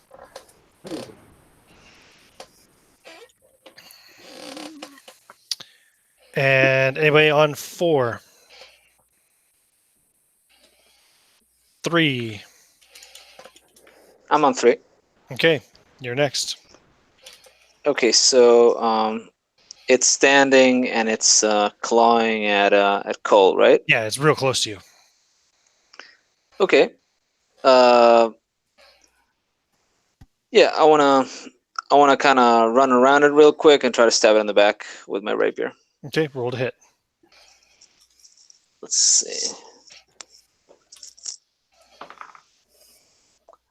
And yep, I only got a 7. Okay, no, you miss.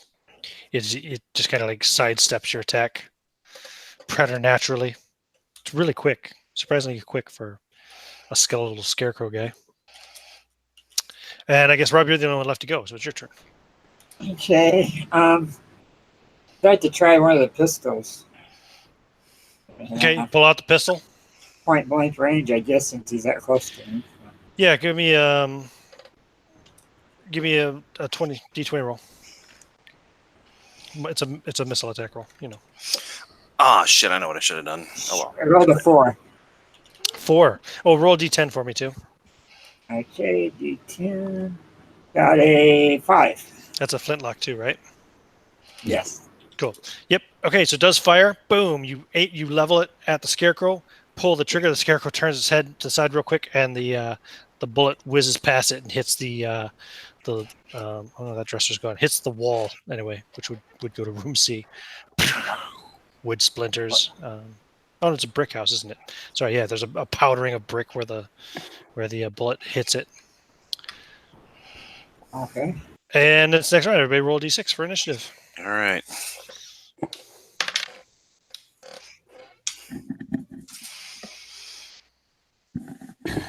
I'm at 6. 4. Okay, 6s go first. Got a 6 also. Okay, Let him go ahead. you go first, Philip. I'm gonna move. Where exactly is the scarecrow? Is it It's down by? right next to the coal, and it's close to the door, kind of like if you want to say just to the left of the table there, you know. Just to the left of the table? Okay, I'm on the harpsichord. All right. I'm going to basically jump over the harpsichord and go into room B where my backpack was. Okay. Get out my flasks of oil and... you just want to look for a flask of oil? Yeah. Roll me 1d6. Okay. 5. It will take you 5 rounds to find it. Okay. I do have 2. Does that improve my chances? No. All right. You start rummaging through your backpack looking for a flask of oil. Okay. And next, oh yeah, anybody else on 6? Rob, you were, right? What do you like to do? Yes. My gun didn't seem to work too well. How about one of my short swords? Sure, you can tackle the short sword. Yeah. Go for it. Tell me what to roll. D20 plus your melee attack. Oh, wow. Got a 3 on that. And I'm sure that's right. A 3? Oh yeah, that's going to miss. Yeah. For sure, it's going to miss. Okay, you miss. Swing and a miss. Anybody else on 6? 5 is what I'm on. Okay, go ahead and roll your attack. You go the same time as the scarecrow. Okay. So, Scarecrow tries to bite you, Cole, but doesn't manage this time. Bites into part of your armor, and you're able to pull it out of its mouth, and it doesn't get through. What did you do? all right. I take the arrow that now has the vial of holy water on it, Mhm. and I fire it at the scarecrow. Okay. Roll to hit. Come on, Mama needs a new pair of shoes. Rob, do you want to be odd or even? I'm going to be even. Okay. Oh, I rolled a 20. Nice. Natural Unfortunately, your natural 20 hits Cole. Roll God, damage. really? Even Yep. with a natural 20? Motherfucker. Yeah, you have a 50% chance of hitting one or the other. I hate this game sometimes. Silly. If I rolled that well, then I'm going to miss. No, you didn't miss. You hit, but it's just you hit the wrong target there. Right. Melee. You're But firing into melee. I miss my target is what I'm saying. So that's 3 points. Okay, 3 points of damage, Cole. And the vial of holy water shatters, spraying water all over the place. Oh, I'll give you a splash damage. What's the damage on holy water? 1d6? I have no idea. I think it's 1d6. I just had one in my bag because it's always a good idea to have a bottle of holy water. Hey, go and roll d6 for the splash damage on the. 3. You're not a magic user, are you? No, I Cole the am. fighter. You are, yeah. I am, yeah. Magic users are also hurt by holy water. So That's why it's always a good thing to have a bottle of that. So 3 points of damage. Okay, cool. I'll take that away. Yeah, a little bit of that water does splash on the scarecrow and burns a bit. It doesn't seem happy about it. Anybody else on 5? 4. 4 is me. Okay, I think you're the only one who hasn't gone actually. So yeah, go for it. Yeah. Ever the heroic type. Mhm. I sidestep again so that it's got its like back to me, and I try to hit it. Okay, roll. Horrible rolls all along. Only a 5, so I hit air with this Okay, beautiful you miss sword. again. Beautiful sword, but you can't hit shit with it. Then it's top of the round. Initiative.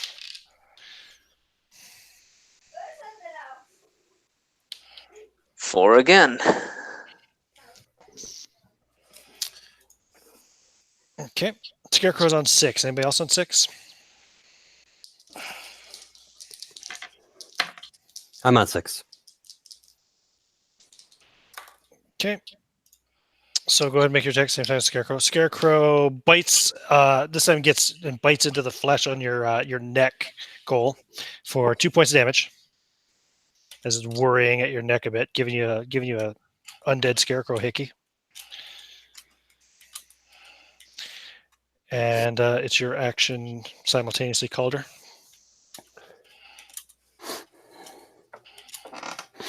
Yeah, that's right. You just done another round rummaging through your pack, right? I presume. Philip? No? Sorry, what? I'm rummaging through my pack, yes. Yeah, okay, cool. Got it. Anybody else on 6? Yeah, I had a 6. Go ahead. It's not going to help a whole lot. Guess I'll try the sword again. Okay. And rolled a d20, and I rolled a 10. Which I doubt that's going to make it either.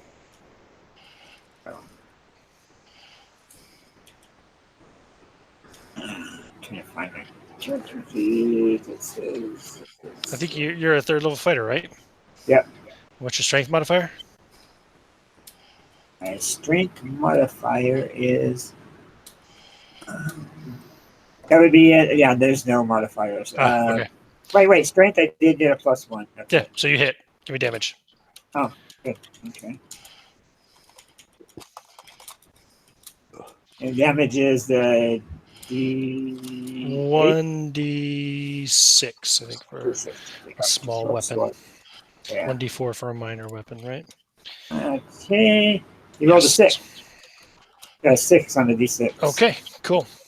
Yep, you slash him, and some of his hay stuffing comes out and exposes one of his bony limbs. Okay, 5s. Maybe on 5. 4. Is this a new round? That's me. Yeah. Oh, I'm on a 5. Yeah. Okay, go for Okay, it. go ahead.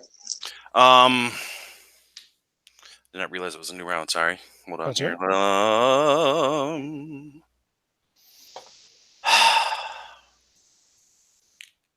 I shout out, shove him back. Oh wait, shove him into. I don't know. I can't say room C. You can say shove him into that bedroom. Try and shove him into that bedroom. I shout, and I point to the one that Philip is not in, or that Valder is not in. Is that your name? Valder? Yeah, it's the one that doesn't have Holder. It's the Right. one that doesn't have a door on it, basically. Right. Holder. The one without, through the room without the door. Okay. Do you take any other action other than shouting? Shouting is a free action. So I just put my bow down and get ready to cast a spell. okay. Cool. Can you still cast a spell? I could if you have it prepared. It is prepared. I'm just getting ready to cast it. I really can't do it right now. You don't want to. You want to hold it until. I want to hold it until Cool. we can see if we can get him through that door. Sounds good. So you're readying an action. Yep. Got it. No Right. problem. Okay. Then it's over to Jan. Well, I'm going to try to do just that, and I'm going to put myself between it and that door, so that if I hit it, I might push it back a little. And I swing, rolling a 1. Okay. You miss horribly. You just look like Yeah, an I actually hit the floor, splintering a chip of wood off of it. You look like a girl trying to do the whole baton twirling thing that she's never done before. Just like It is not to do. who else is to go this round? Maybe on 3, 2, 1. I think is that everybody. Yeah. Mm-hmm. Okay. Roll initiative. Next round. Who's on 6? Initiative. I'm on 6. I'm on 6. I'm gonna have to Okay. hold my attack Action. until. Okay. What are you doing, Ignacio? Yep, I'm trying the same thing. Okay. Go for it. And I rolled an 8. Okay.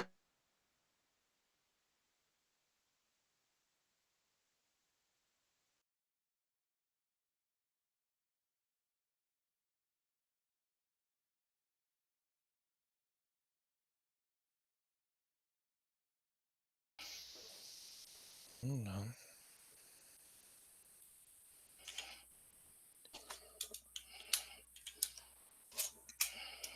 The hell? That's the worst time. Back. Sorry. Okay, cool. The cool. battle oppression is high now. All right, anybody on 5? Okay, 4s. The scarecrow's on 4. Let me see. No, it's still attacking. Yep, it's still attacking him. So, yeah, and it. Oops, that's the wrong die for damage. It bites you again for 1 point of damage this time. Cole Oh, doesn't do much, but yeah, but I'm getting down pretty good there. I was at 8, 9. Yeah, I'm around 9, 10. 10 out of 11. So, not good. 10 out of 11. You're down 10. Yeah. Oh yeah. Okay, so you have 1 hit point left. Okay, cool. Okay, anybody else on 4? 3, 2. Yeah, I had 2. Yeah, Had cool. Sorry. Okay, so. And he He'll got a spend another 4. round digging through his bag. Don't think the 4's going to cut it. No, 4 is not going to cut it. So it's still right there with you, and it's in melee with you and Calder now, basically. Not Calder, Jan. Calder, you're still rummaging through your pack, right? So it's the next round initiative. Scarecrow's on 6. I I'm am on 6 as well. I still can't cast my spell though. Okay, Scarecrow continues to bite. Ooh, bites for 5 more points of damage to old Cole. That takes you down, right?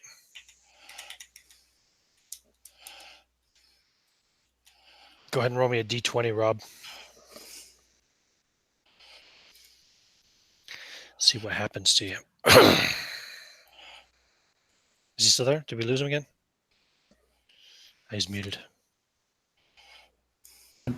Got a 7.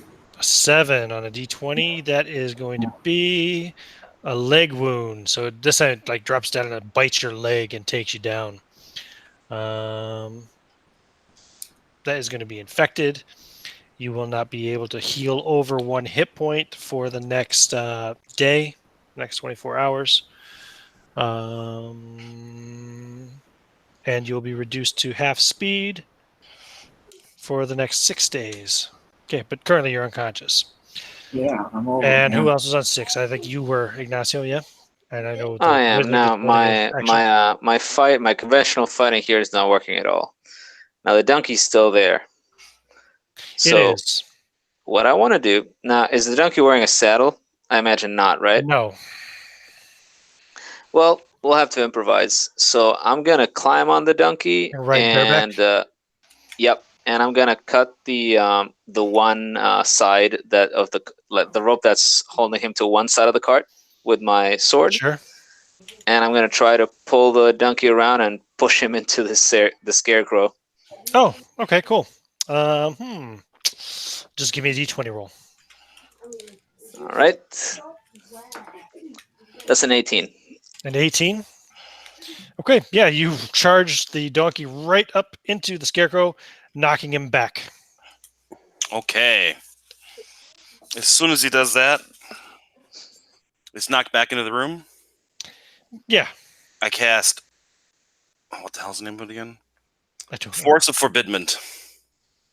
Oh, right. Force of Forbidment. Okay, to try to keep it in that room, keep it from Right. crossing that threshold. I'm going to find the spell here. Force Forbidment. The caster can block one subject of less than 6 hit dice from being able to advance past a certain point, being blocked by a wall of magic force. A saving throw applies, but at -2. The caster must maintain concentration thereafter in order to continue blocking the creature. Missiles will penetrate the magical force and can do so in either direction. However, magical arrows are disenchanted if they pass through the barrier. Let me see what his saving So, throw is. as soon as he does that, I go, shoot it! And then I cast my spell. Foam! Cool. Okay. Next on initiative, anybody on 5s? Yeah, I was on 5s. Okay, you're still Yeah. rummaging through your pack, though? Yep, going down to one more round. Okay, 4s. 3s. Oh, that's everybody. Yeah, I'm sorry. Back to the top of the order. Roll initiative. Scarecrow's slow this time. He's only on 2. Okay, I'm going to roll a 20 here. Oh, wow. Keep rolling 6s. Nice.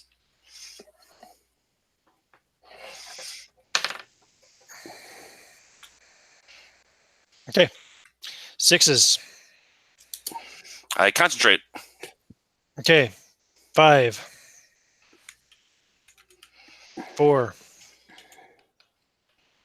3. I'm on 3. I'm on 3 as well. Okay. So go ahead, Jan.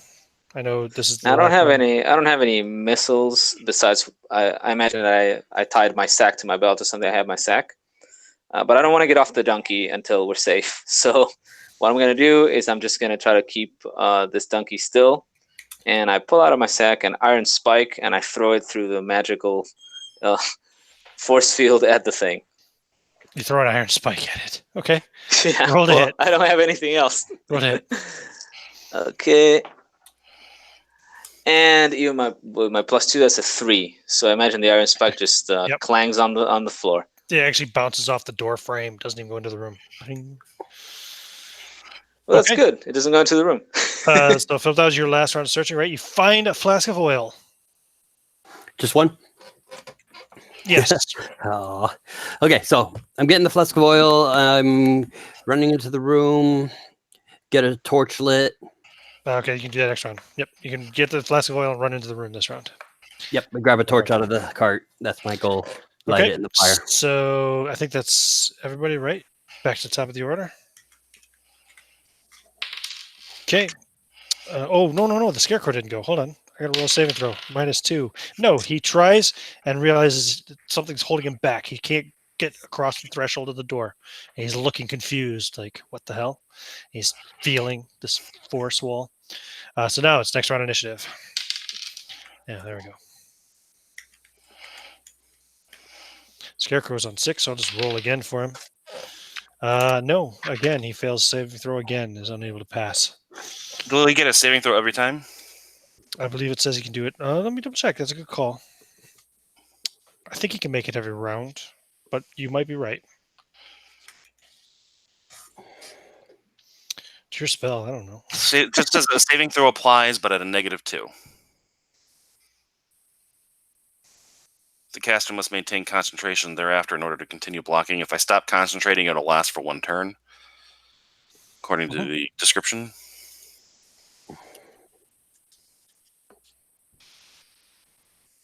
Yeah, I think you'd get it every round. I don't see any reason why you wouldn't. Okay. Yep. Okay. But he fails anyway. So anybody else on 6? I'm on 6. Yeah. Okay. You grab a torch out of the cart. Yep. Light it. Yep. You light a torch. Okay. Anybody else on 5?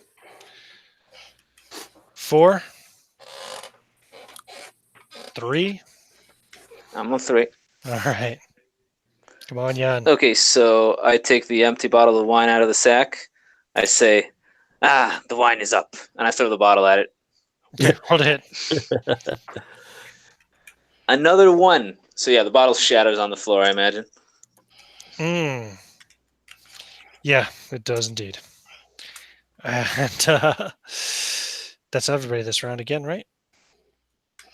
You're still concentrating. Yep, so we go to the top of the next order. Roll again. Scarecrow's on 2. I'm on 6 for all that matters. Okay, yep, you continue to concentrate. Yes. Hold 4. on, force. What about you, Philip? Would you roll? Oh, sorry, initiative. Yeah. I'm on 3. Okay, so you're first there, Jan. I'm running out of things, but I throw the other iron spike in my sack at it. Roll to hit. 11 only. You haven't hit this thing once except for with the donkey. I know. Yeah, that was pretty clutch, though. It was pretty clutch. You miss. Philip. It's All right. It's Calder's turn. So prepare, aim. If I throw this flask at him, I could break it on him or no? Yeah, I'll allow that. But you want to aim for a round first? I'll aim for a round first. Okay. Unless he breaks through, then I'm going to throw. That'll give you a +2. Okay, if he breaks through, you're going to let go. Got it. Otherwise, you're holding +2. Okay, cool. He's next, so he's going to try to break through again, and he fails again. He's trying, but he can't get through. He's frustrated.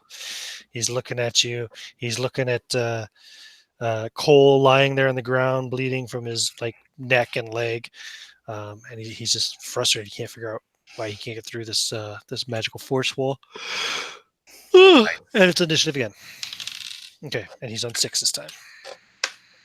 I'm at 6. Okay, yeah, he fails the saving throw. You have now aimed. You get a +2 to hit. Okay. I think it's +2. Whew. Gonna need it. 13. 13. Yeah, you hit him with the oil. Okay. He failed to get through the force wall. So Jan. So what happened with the oil? It's drenched all over the scarecrow now. Yeah. But I'm not about to get off this donkey. So I pull a steel mirror out of my sack and I point it at him so that he can see his own reflection. And I see, "You're as ugly as my father's second wife." Okay. You taunt the scarecrow. Okay. Next round, initiative. Oh, what's the duration on your force forbidden? Is it just until? It is concentration. Just concentration. Cool. Yep. So you can hold it forever as long as you don't lose concentration. Exactly. Awesome. And if I stop, it lasts for 1 turn. Cool. 1 turn is 10 minutes. So. Really? Mm-hmm. Oh, instead of 1 round.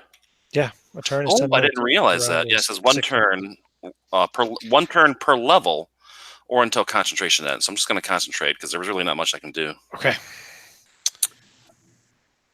I am not a warrior. What do we get on initiative? Scarecrow's on 4. I'm on a 3. I'm on a 4. Okay, you go at the same time as the scarecrow. Boom! He breaks through the force wall. All right, well, that's it for me. Go ahead, I'm Phil. gonna attack him with the torch then. Okay. Just a melee attack roll.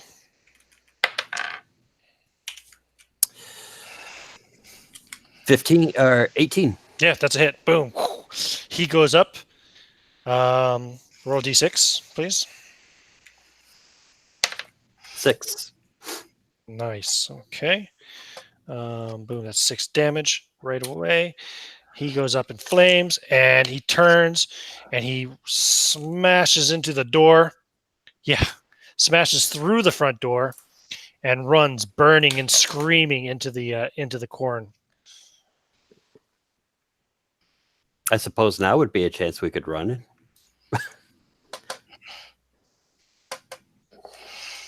Right. I'm afraid I cut the rope. Technically, you're not in Here, use some of mine to secure the cart. And I throw like a rolled up road out of my sack. Okay. You're going to tie the donkey back up to the Yeah, cart? I'm still on the donkey. I'm not getting off that donkey. I'm shaking in my boots.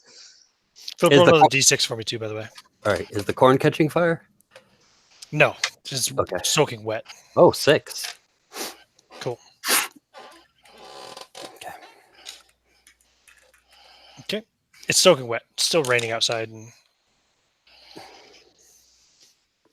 you can see kind of the light reflecting from his burning body as he runs away for maybe about a round, and then it disappears. The whole thing? All the light and everything? Yeah. All right. I'm not going out there. Forget it. I'm going back and getting more oil. Okay. In the meantime, your friend is bleeding to death on the ground there. Cole. I guess Somebody nobody get a cares too much bandage. about him. I say while I'm still on the donkey. I'll go and take a look at him. Okay. Poor Ben. I leave that for the smart people. Yeah, I mean, you'll be able to kind of like stop his bleeding and stuff. You'll come back to consciousness with 0 hit points, Rob. You can crawl at 10 feet per round, but you can't stand up or anything. Okay.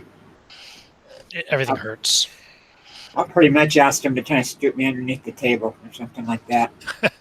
Yeah. Could reload your Put pistol. him in the cart, then lift up the lift up the wooden parts. I'll tie it to the donkey. Okay. Do you put him in the cart? Merrick? I want to Yeah, sure. Okay. Pick him up. I'm pretty strong. Put him into the cart. Mm-hmm. Oh, that guy's going to take off with me and die, and I'll die. I want to be underneath the table. Shh, shh. It's okay.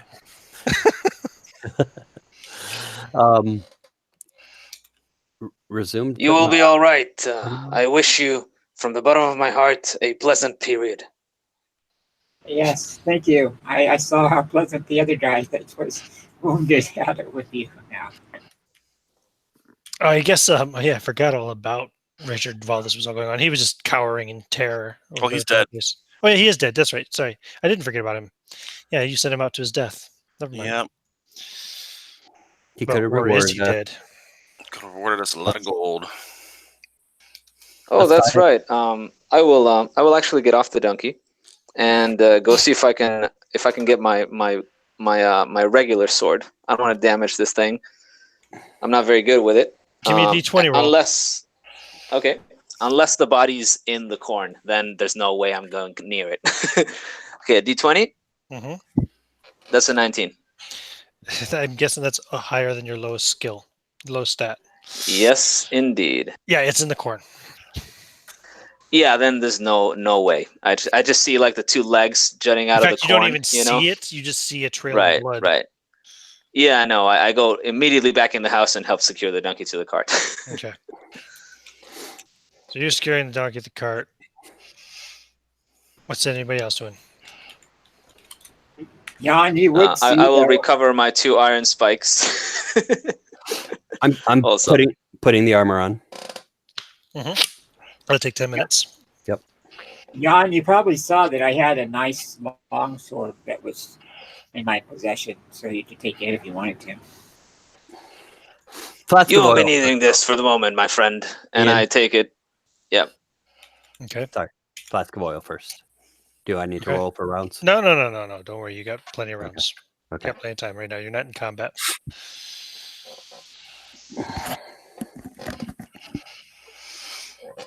Well, Okay. it seems that the sacrificer is looking to ravage, or the sacrifice. Sorry, I'm looking at spells at the moment. The scarecrow is looking to ravage things. Well, it is now there in the cornfield, busy with. Why were you so freaked out about the scarecrow in the first place? How did you know? It wasn't a wolf eating the bodies of the English. It was a scarecrow. No, I was asking. It was horrible. So, of course, after he was a little jittery. When I woke him, he cut into me. And I point to my face where he's cut slightly into my cheekbone. Mhm. So I sent him out to investigate. That was my distraction. Well, I was asking Cole, but that's good. Well, you know, I take every opportunity to get my sin. I just had a bad feeling from reading those books. Something odd. Something odd in this whole place. Not just the scarecrow. Oh, jeez. Yes, the story. Now that wrinkles a bell.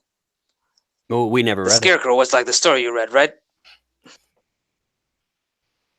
I don't think he read them out loud. Oh, you're right. I'm sorry. Yeah. Never did. Sorry Never about that. So I take back my ravaging remark then. No worries. Okay.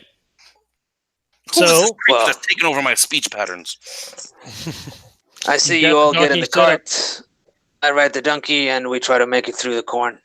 so this poor donkey's going to pull his laden cart and, all four of you basically, because one of you's going to be riding on it, and the other three are in the cart. Yeah, I lost interest in the plan. Not me. I'm getting the hell out of this place. I'm going to give it We a should movement go. of 30 feet No. per round. I will get my sword out. What? Yeah. What I'm gonna do is go ahead. Did you say you read this story? Hold on, Rob's trying to say something. I say my troll is asking for them to grab the scarecrow book. He wants to take it. Oh, I'll definitely not leave a book behind. I'll grab that. Now, what were you saying, Philip? You said there was a story about the scarecrows in the book? Well, you're asking the troll? Yeah, there were stories about scarecrows in the book. That's all it was, a scarecrow story. Maybe it's the book that brought it here. He says he bought these books in Cologne, though. Doesn't matter. Does it? I don't know. Cursed witchery books. You should burn them all. If you see the scarecrow again, Bury it. you must throw the book at him. Can anybody read English besides me? Yes. No. Look in the back. Barber's tongue, only good for trading in wool. Check Burn the book. Burn the book. last story. Check the last story in the book and see if it is changed. See if it is our story now. Nope, hasn't changed. Burn the book for all I So care. this seems to bring us no more clearing in the matter than we had before. Let's burn it. Burn the book. Burn a book? Are Okay, you throw the book in the madman? fire. I clutch at my chest. Oh. Come on, give the other one. They're witchcraft books. If you put your hands on my book, I will cut you. I will rip you to shreds. Do not even think about touching this other book. Calder, I don't think it has anything to do with that book that he has. That's a spell book. This is something that's too obvious. This is something that is innocuous. People think it's a storybook. It's a spell book. More witchery and demons follow, all that kind of stuff. Okay. Now a little storybook, that's not valuable. Now that German book you said it's magic, we might be able to It's sell not that. German, actually. You're It's not. Latin. You're not touching this book. Hmm. It's useless to all of you. Seeing as Okay, how that's your share. That's your share of the loot. That's the book. fine. That is more than enough. seeing as how you were instrumental in keeping the evil at bay, I will concede to your. So what are you guys doing? Very well, you Making can a have break it for as you want. Yeah, I wanna put the nice sword back in its beautiful scabbard. I take the long sword that I took from Cole out, and I do the same thing where I'm holding with my other hand the string, and the other end on my teeth, so I can pluck at it with like a finger from my sword arm if I need to. Okay. Everybody else is loaded up in the cart. Do you really want to run out into the rain in the cart in the cornfield with that thing out there? In the I don't middle want of to the sit night, here and starve to death. we The could horses leave. and the body's already eaten. We could do this in the morning. I don't think it'll be any safer then than it is now. If you're going to do it, right, make There's already haste. no. Oh, sorry. And you all hear a voice, unhuman sounding voice, cry out, Raven! Sounds like it came from behind the farmhouse. Let's get a move on. Right. Heads on a swivel and all that. All right, so you're going to get in, start driving this donkey cart into the cornfield then.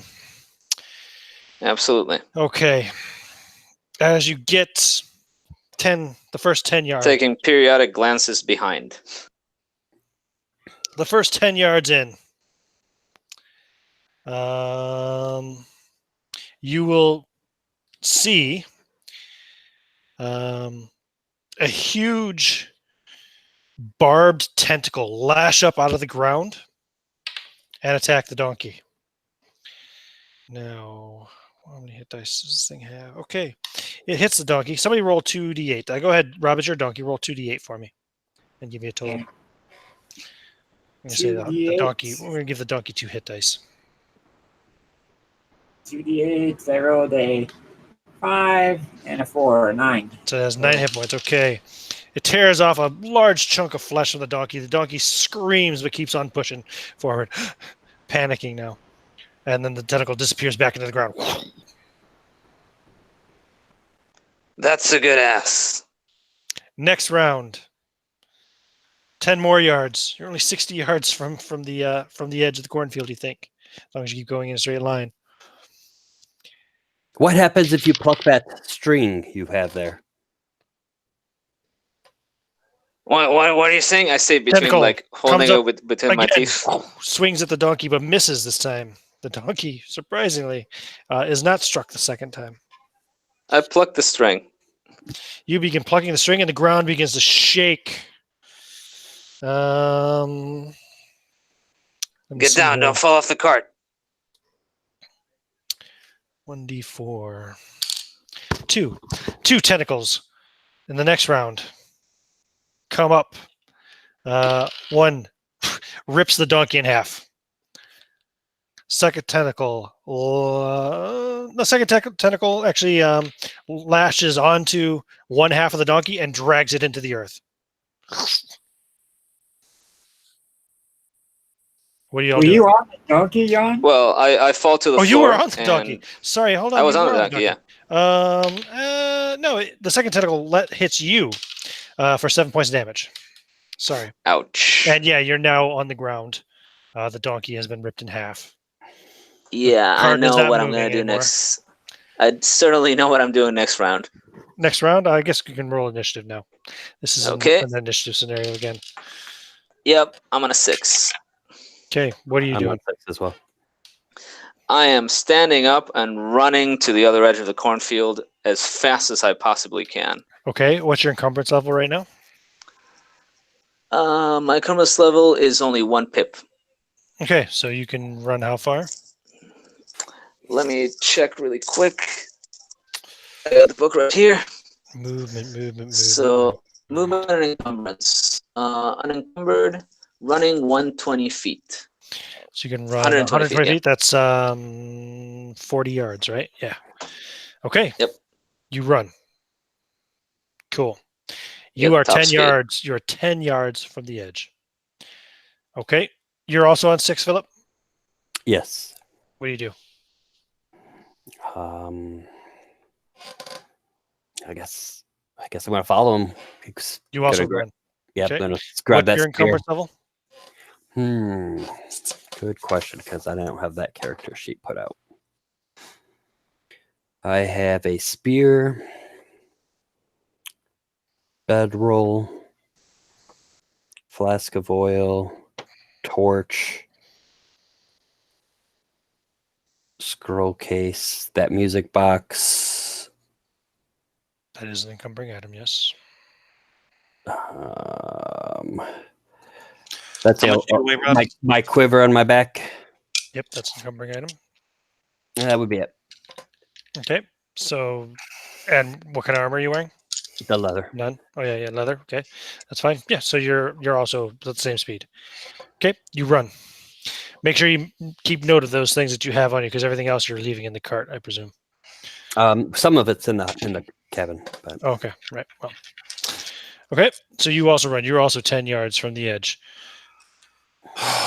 Anybody else on 6? No. 5? Nope. 4? Nope. 3? Yes. Okay.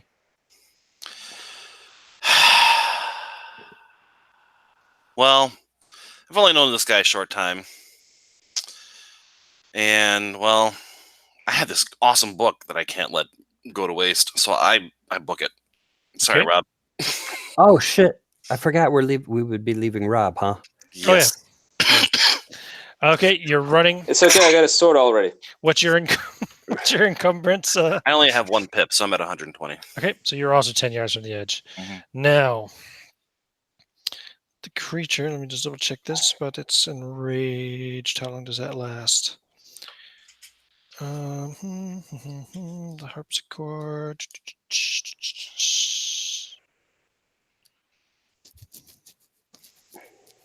Okay, no, you've stopped playing, so the enragement stops, so it can only attack one of the 3 of you. So, here we go. It is attacking. Who's the first one here? Jan. All Tentacle right. comes AC up out of the 15. ground. That's going to be 22 for 2 points of damage. Ouch. But I'm still standing. Okay. And then, oh, yes. What about you, Rob? What is Cole doing? You're still in the wagon or in the cart. He's trying to Everybody has bury run away. himself under the stuff that's in the cart, like swishing it around on top of him to where he'd be hidden, kind of. No problem. Okay, next round initiative. I'm on a 3. Oh, Christ. Anybody on 6? No. Anybody on 5? 4. I'm on 4. It is attacking. It's attacking you this time, Calder. Okay. So attack simultaneously as you run. That's going to be a 24, so that's going to hit. Hits you for 7 points of damage. Okay. Then I presume you run beyond the edge of the cornfield Yeah, if I towards can. the road. Okay. Okay, you get out to the road, no problem. Who else is on? Anybody on 3? Yep. Okay. That's Run. me as well. And you as well. Yeah, You both run. run out there as Run well. my full movement past the road if needed. Okay. Yeah, get away from that damn cornfield. Holy crap. Yep. Yep. No far that No can problem. reach. I have a theory now. Yeah, once you guys get beyond the cornfield, the tentacle attacks stop. And it's eerily quiet. The rain has all but stopped. Just a very gentle pattering now. Now, Very I infrequent. imagine that my left hand still has that string wrapped around it. Mhm. I cannot resist holding it between my teeth and give it another twang. Okay. Nothing happens. Why don't you go walk back into the corn and try that again? I think I'll keep it. Cole, you hear Raven. Oh, poor Cole. You guys will probably hear it too. Just more faintly. I'm just gonna hold my breath and lay down on the bottom of that wagon and hopefully. Well, you have pistols. You can still.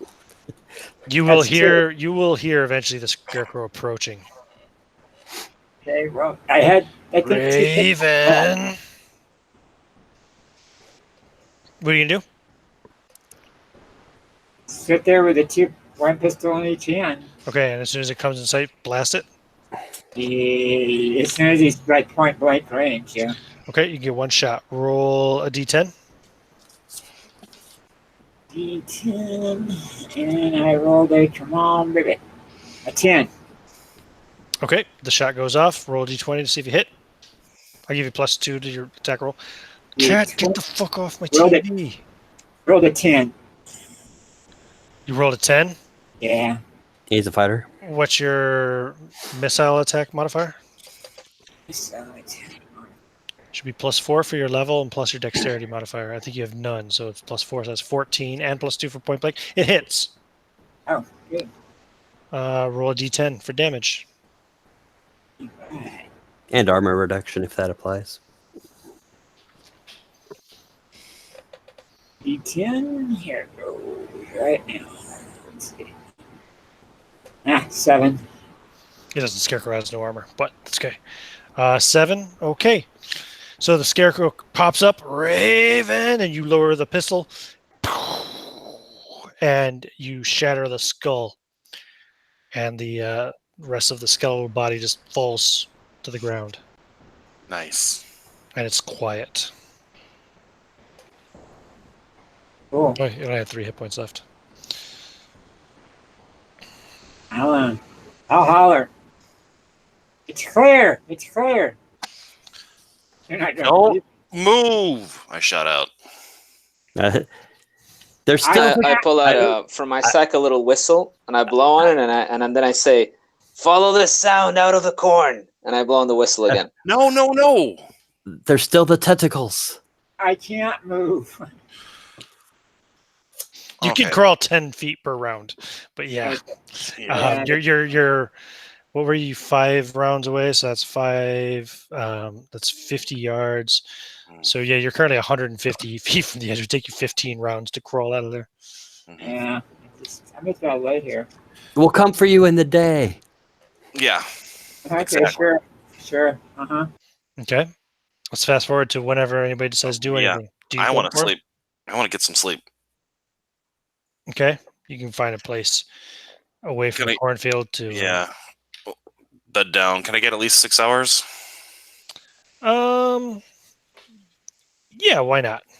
Okay. And then in the morning, I want to prepare a new spell. Well, I'd have to re-prepare all my spells, wouldn't I? You don't have to. You can keep the ones that are still prepared that you haven't cast if you wish. Oh, okay. So I only cast Forceful. If you wish, or you can re-prepare all of them if you like. Well, actually, I only get 1 second level and 2 first level. Okay. So yeah, I'll keep Forceful Forbidment. I'm going to get rid of Comprehend Languages and keep Spider Climb. And I'm going to prepare Enlarge. Okay. Okay. So in the morning, during the light of the day, does the cornfield open its path again?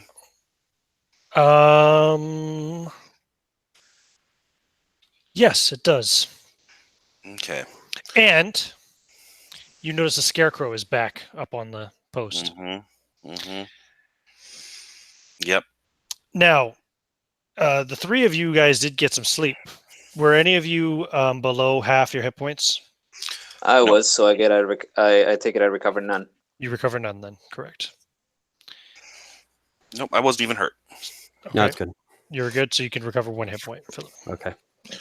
All right, so let me take a look here. Enlarge. Okay, so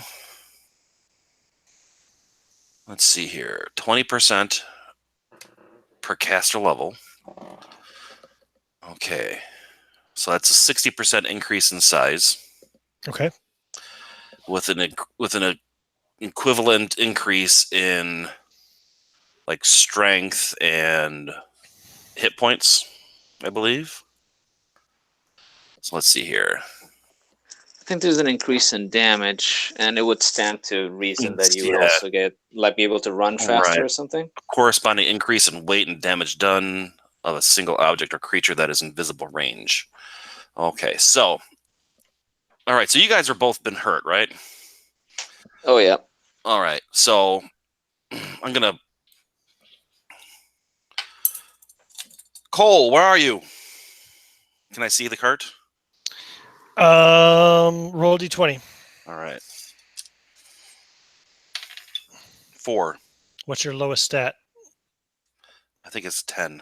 But let's see here. Yeah, my Okay. lowest stat is a 10. Yes, as it happens to be, the cart is more or less in the path. Okay. You see the donkey's body parts are gone now. Mm-hmm. At some point, the tentacles All right. rose up and dragged it away. So I put down my backpack and take off my sword. Cole, you had a miserable night lying in there. Mm-hmm. Okay. And I say, okay, make some room, gentlemen. And I slap my hands together. And then boom! I shoot up 60% in height. Okay. So if you were 6 foot before, Mm-hmm. let's see here, 72 inches. 72 times 1.6. You are now 115 inches, which is 9 foot, just over 9.5 feet. Okay, so my head is 9'7" about even with the With the level corn. of the thing, or the Mhm. corn, and I have a increase in movement speed as well, right? No, No? don't think so. No, With the Just longer size- stride? just size, damage, Anyways, I'm longer stride, but you're heavier and slower. right. Mhm. Okay. So then I still have the increase in strength as well, which would be a 60% increase in that. And I had a 12 strength to begin with, which would boost it up to an 18. Oh no, plus 6. Yeah, an 18, basically. And that's just 50%, but 18 or 19 is what it would boost it up to, I guess, right? Does it increase your strength? No, it just increases your damage done. Oh, just damage done? I thought Yeah. they would increase like strength as well. No, damage done is increased the same percentage as your size. Corresponding increases weight and damage done. It's fine. I'm going in with you. What? If he's going in, I'm going in. Oh, okay. Sorry. Okay, well, anyways, and then I stride down the path. And Okay. he's like, I grab the cart. Are you going with him too, Jan? I would like to stand still by this point. If Standing back by the road? if he says he's going with me, then I'm gonna give him the boost as well, because I can do it. I say don't resist, and it's actually 10 cubic feet. Range is 5 feet per level, basically. So, well, no, I can only do one target, I think, or is it? No, let's see here. A single object or creature. Single object. Okay, so yeah, just me. So then I stride out there, grab the cart, and walk it back out. Just drag it out of there. Okay. Okay. So as you walk over, Mm-hmm. you would notice that the corn starts to grow back in behind them. So you grab up the cart. Mm-hmm. And I drag it out of there. How much stuff is in there? There's a man. It's on a cart, which increases his ability to move.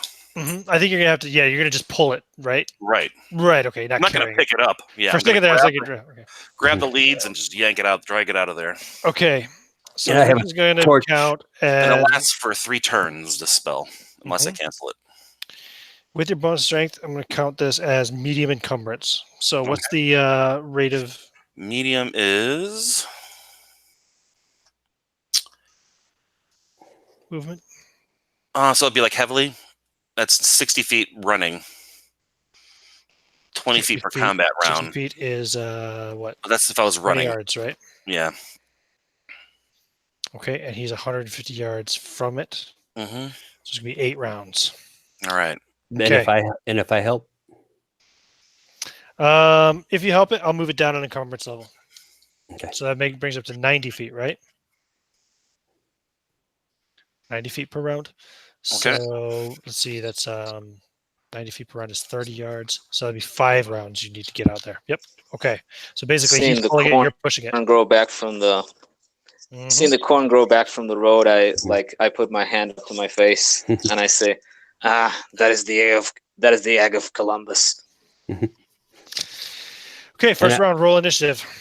help you've reloaded. All right. It's 5. I'm on 4. Okay, if you guys move, You're now only 4 rounds from the edge. However, a tentacle comes up and attacks the spellcaster. That's going to hit with a 24 for 1 point of damage. Holy shit. All right. Hold on here. It does say you get increased hit points as well, right? Does it? I don't know. It's your spell. I'm seeing here. Weight and damage done. I don't see anything about hit points. No. Yeah, I'm looking through here. Okay, so it's only 1 point. That's good. 1 point. All right. Next round. Roll survive. initiative. All right. 3. Okay. Philip, what'd you roll? 4. Okay, so we'll go with the lowest roll, so 3. So it's going to go simultaneously. So you move your another 10 yards, or sorry, another 30 yards. Wait, 30 yards?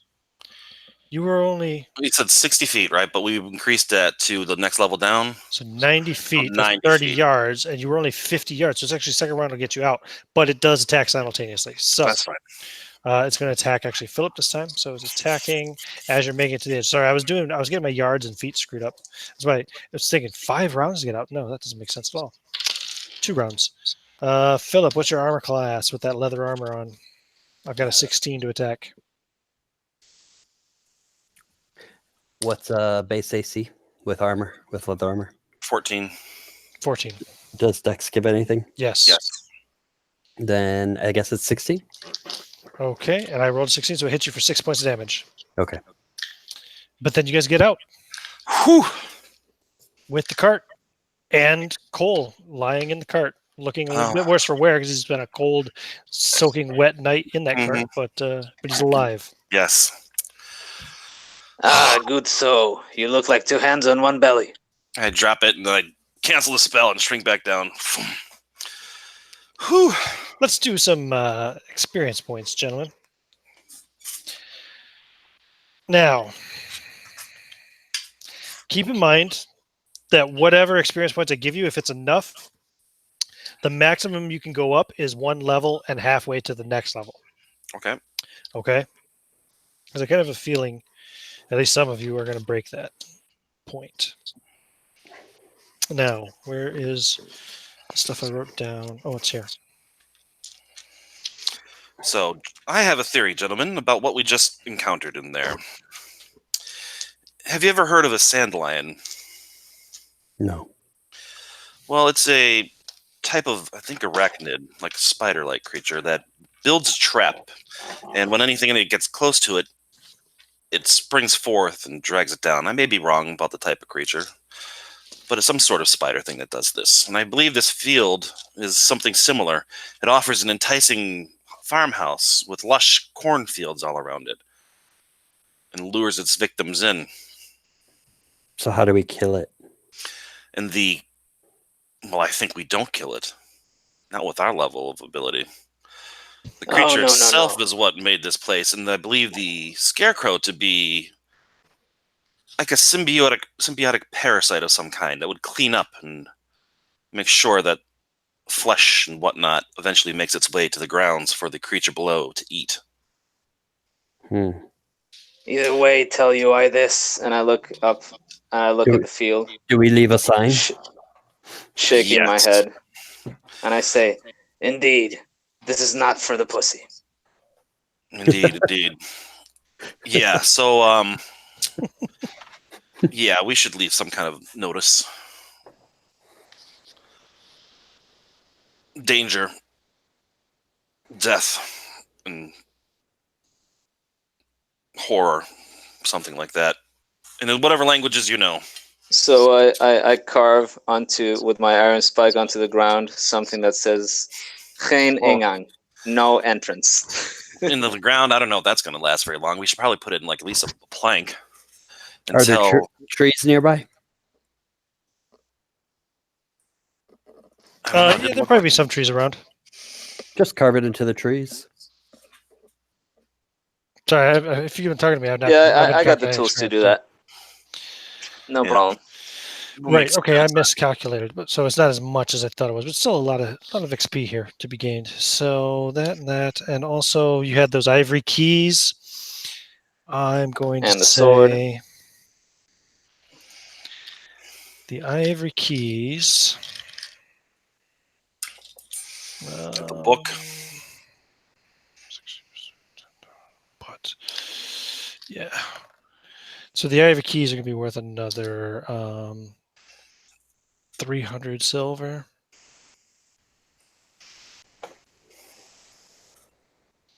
Now there's 4 of you.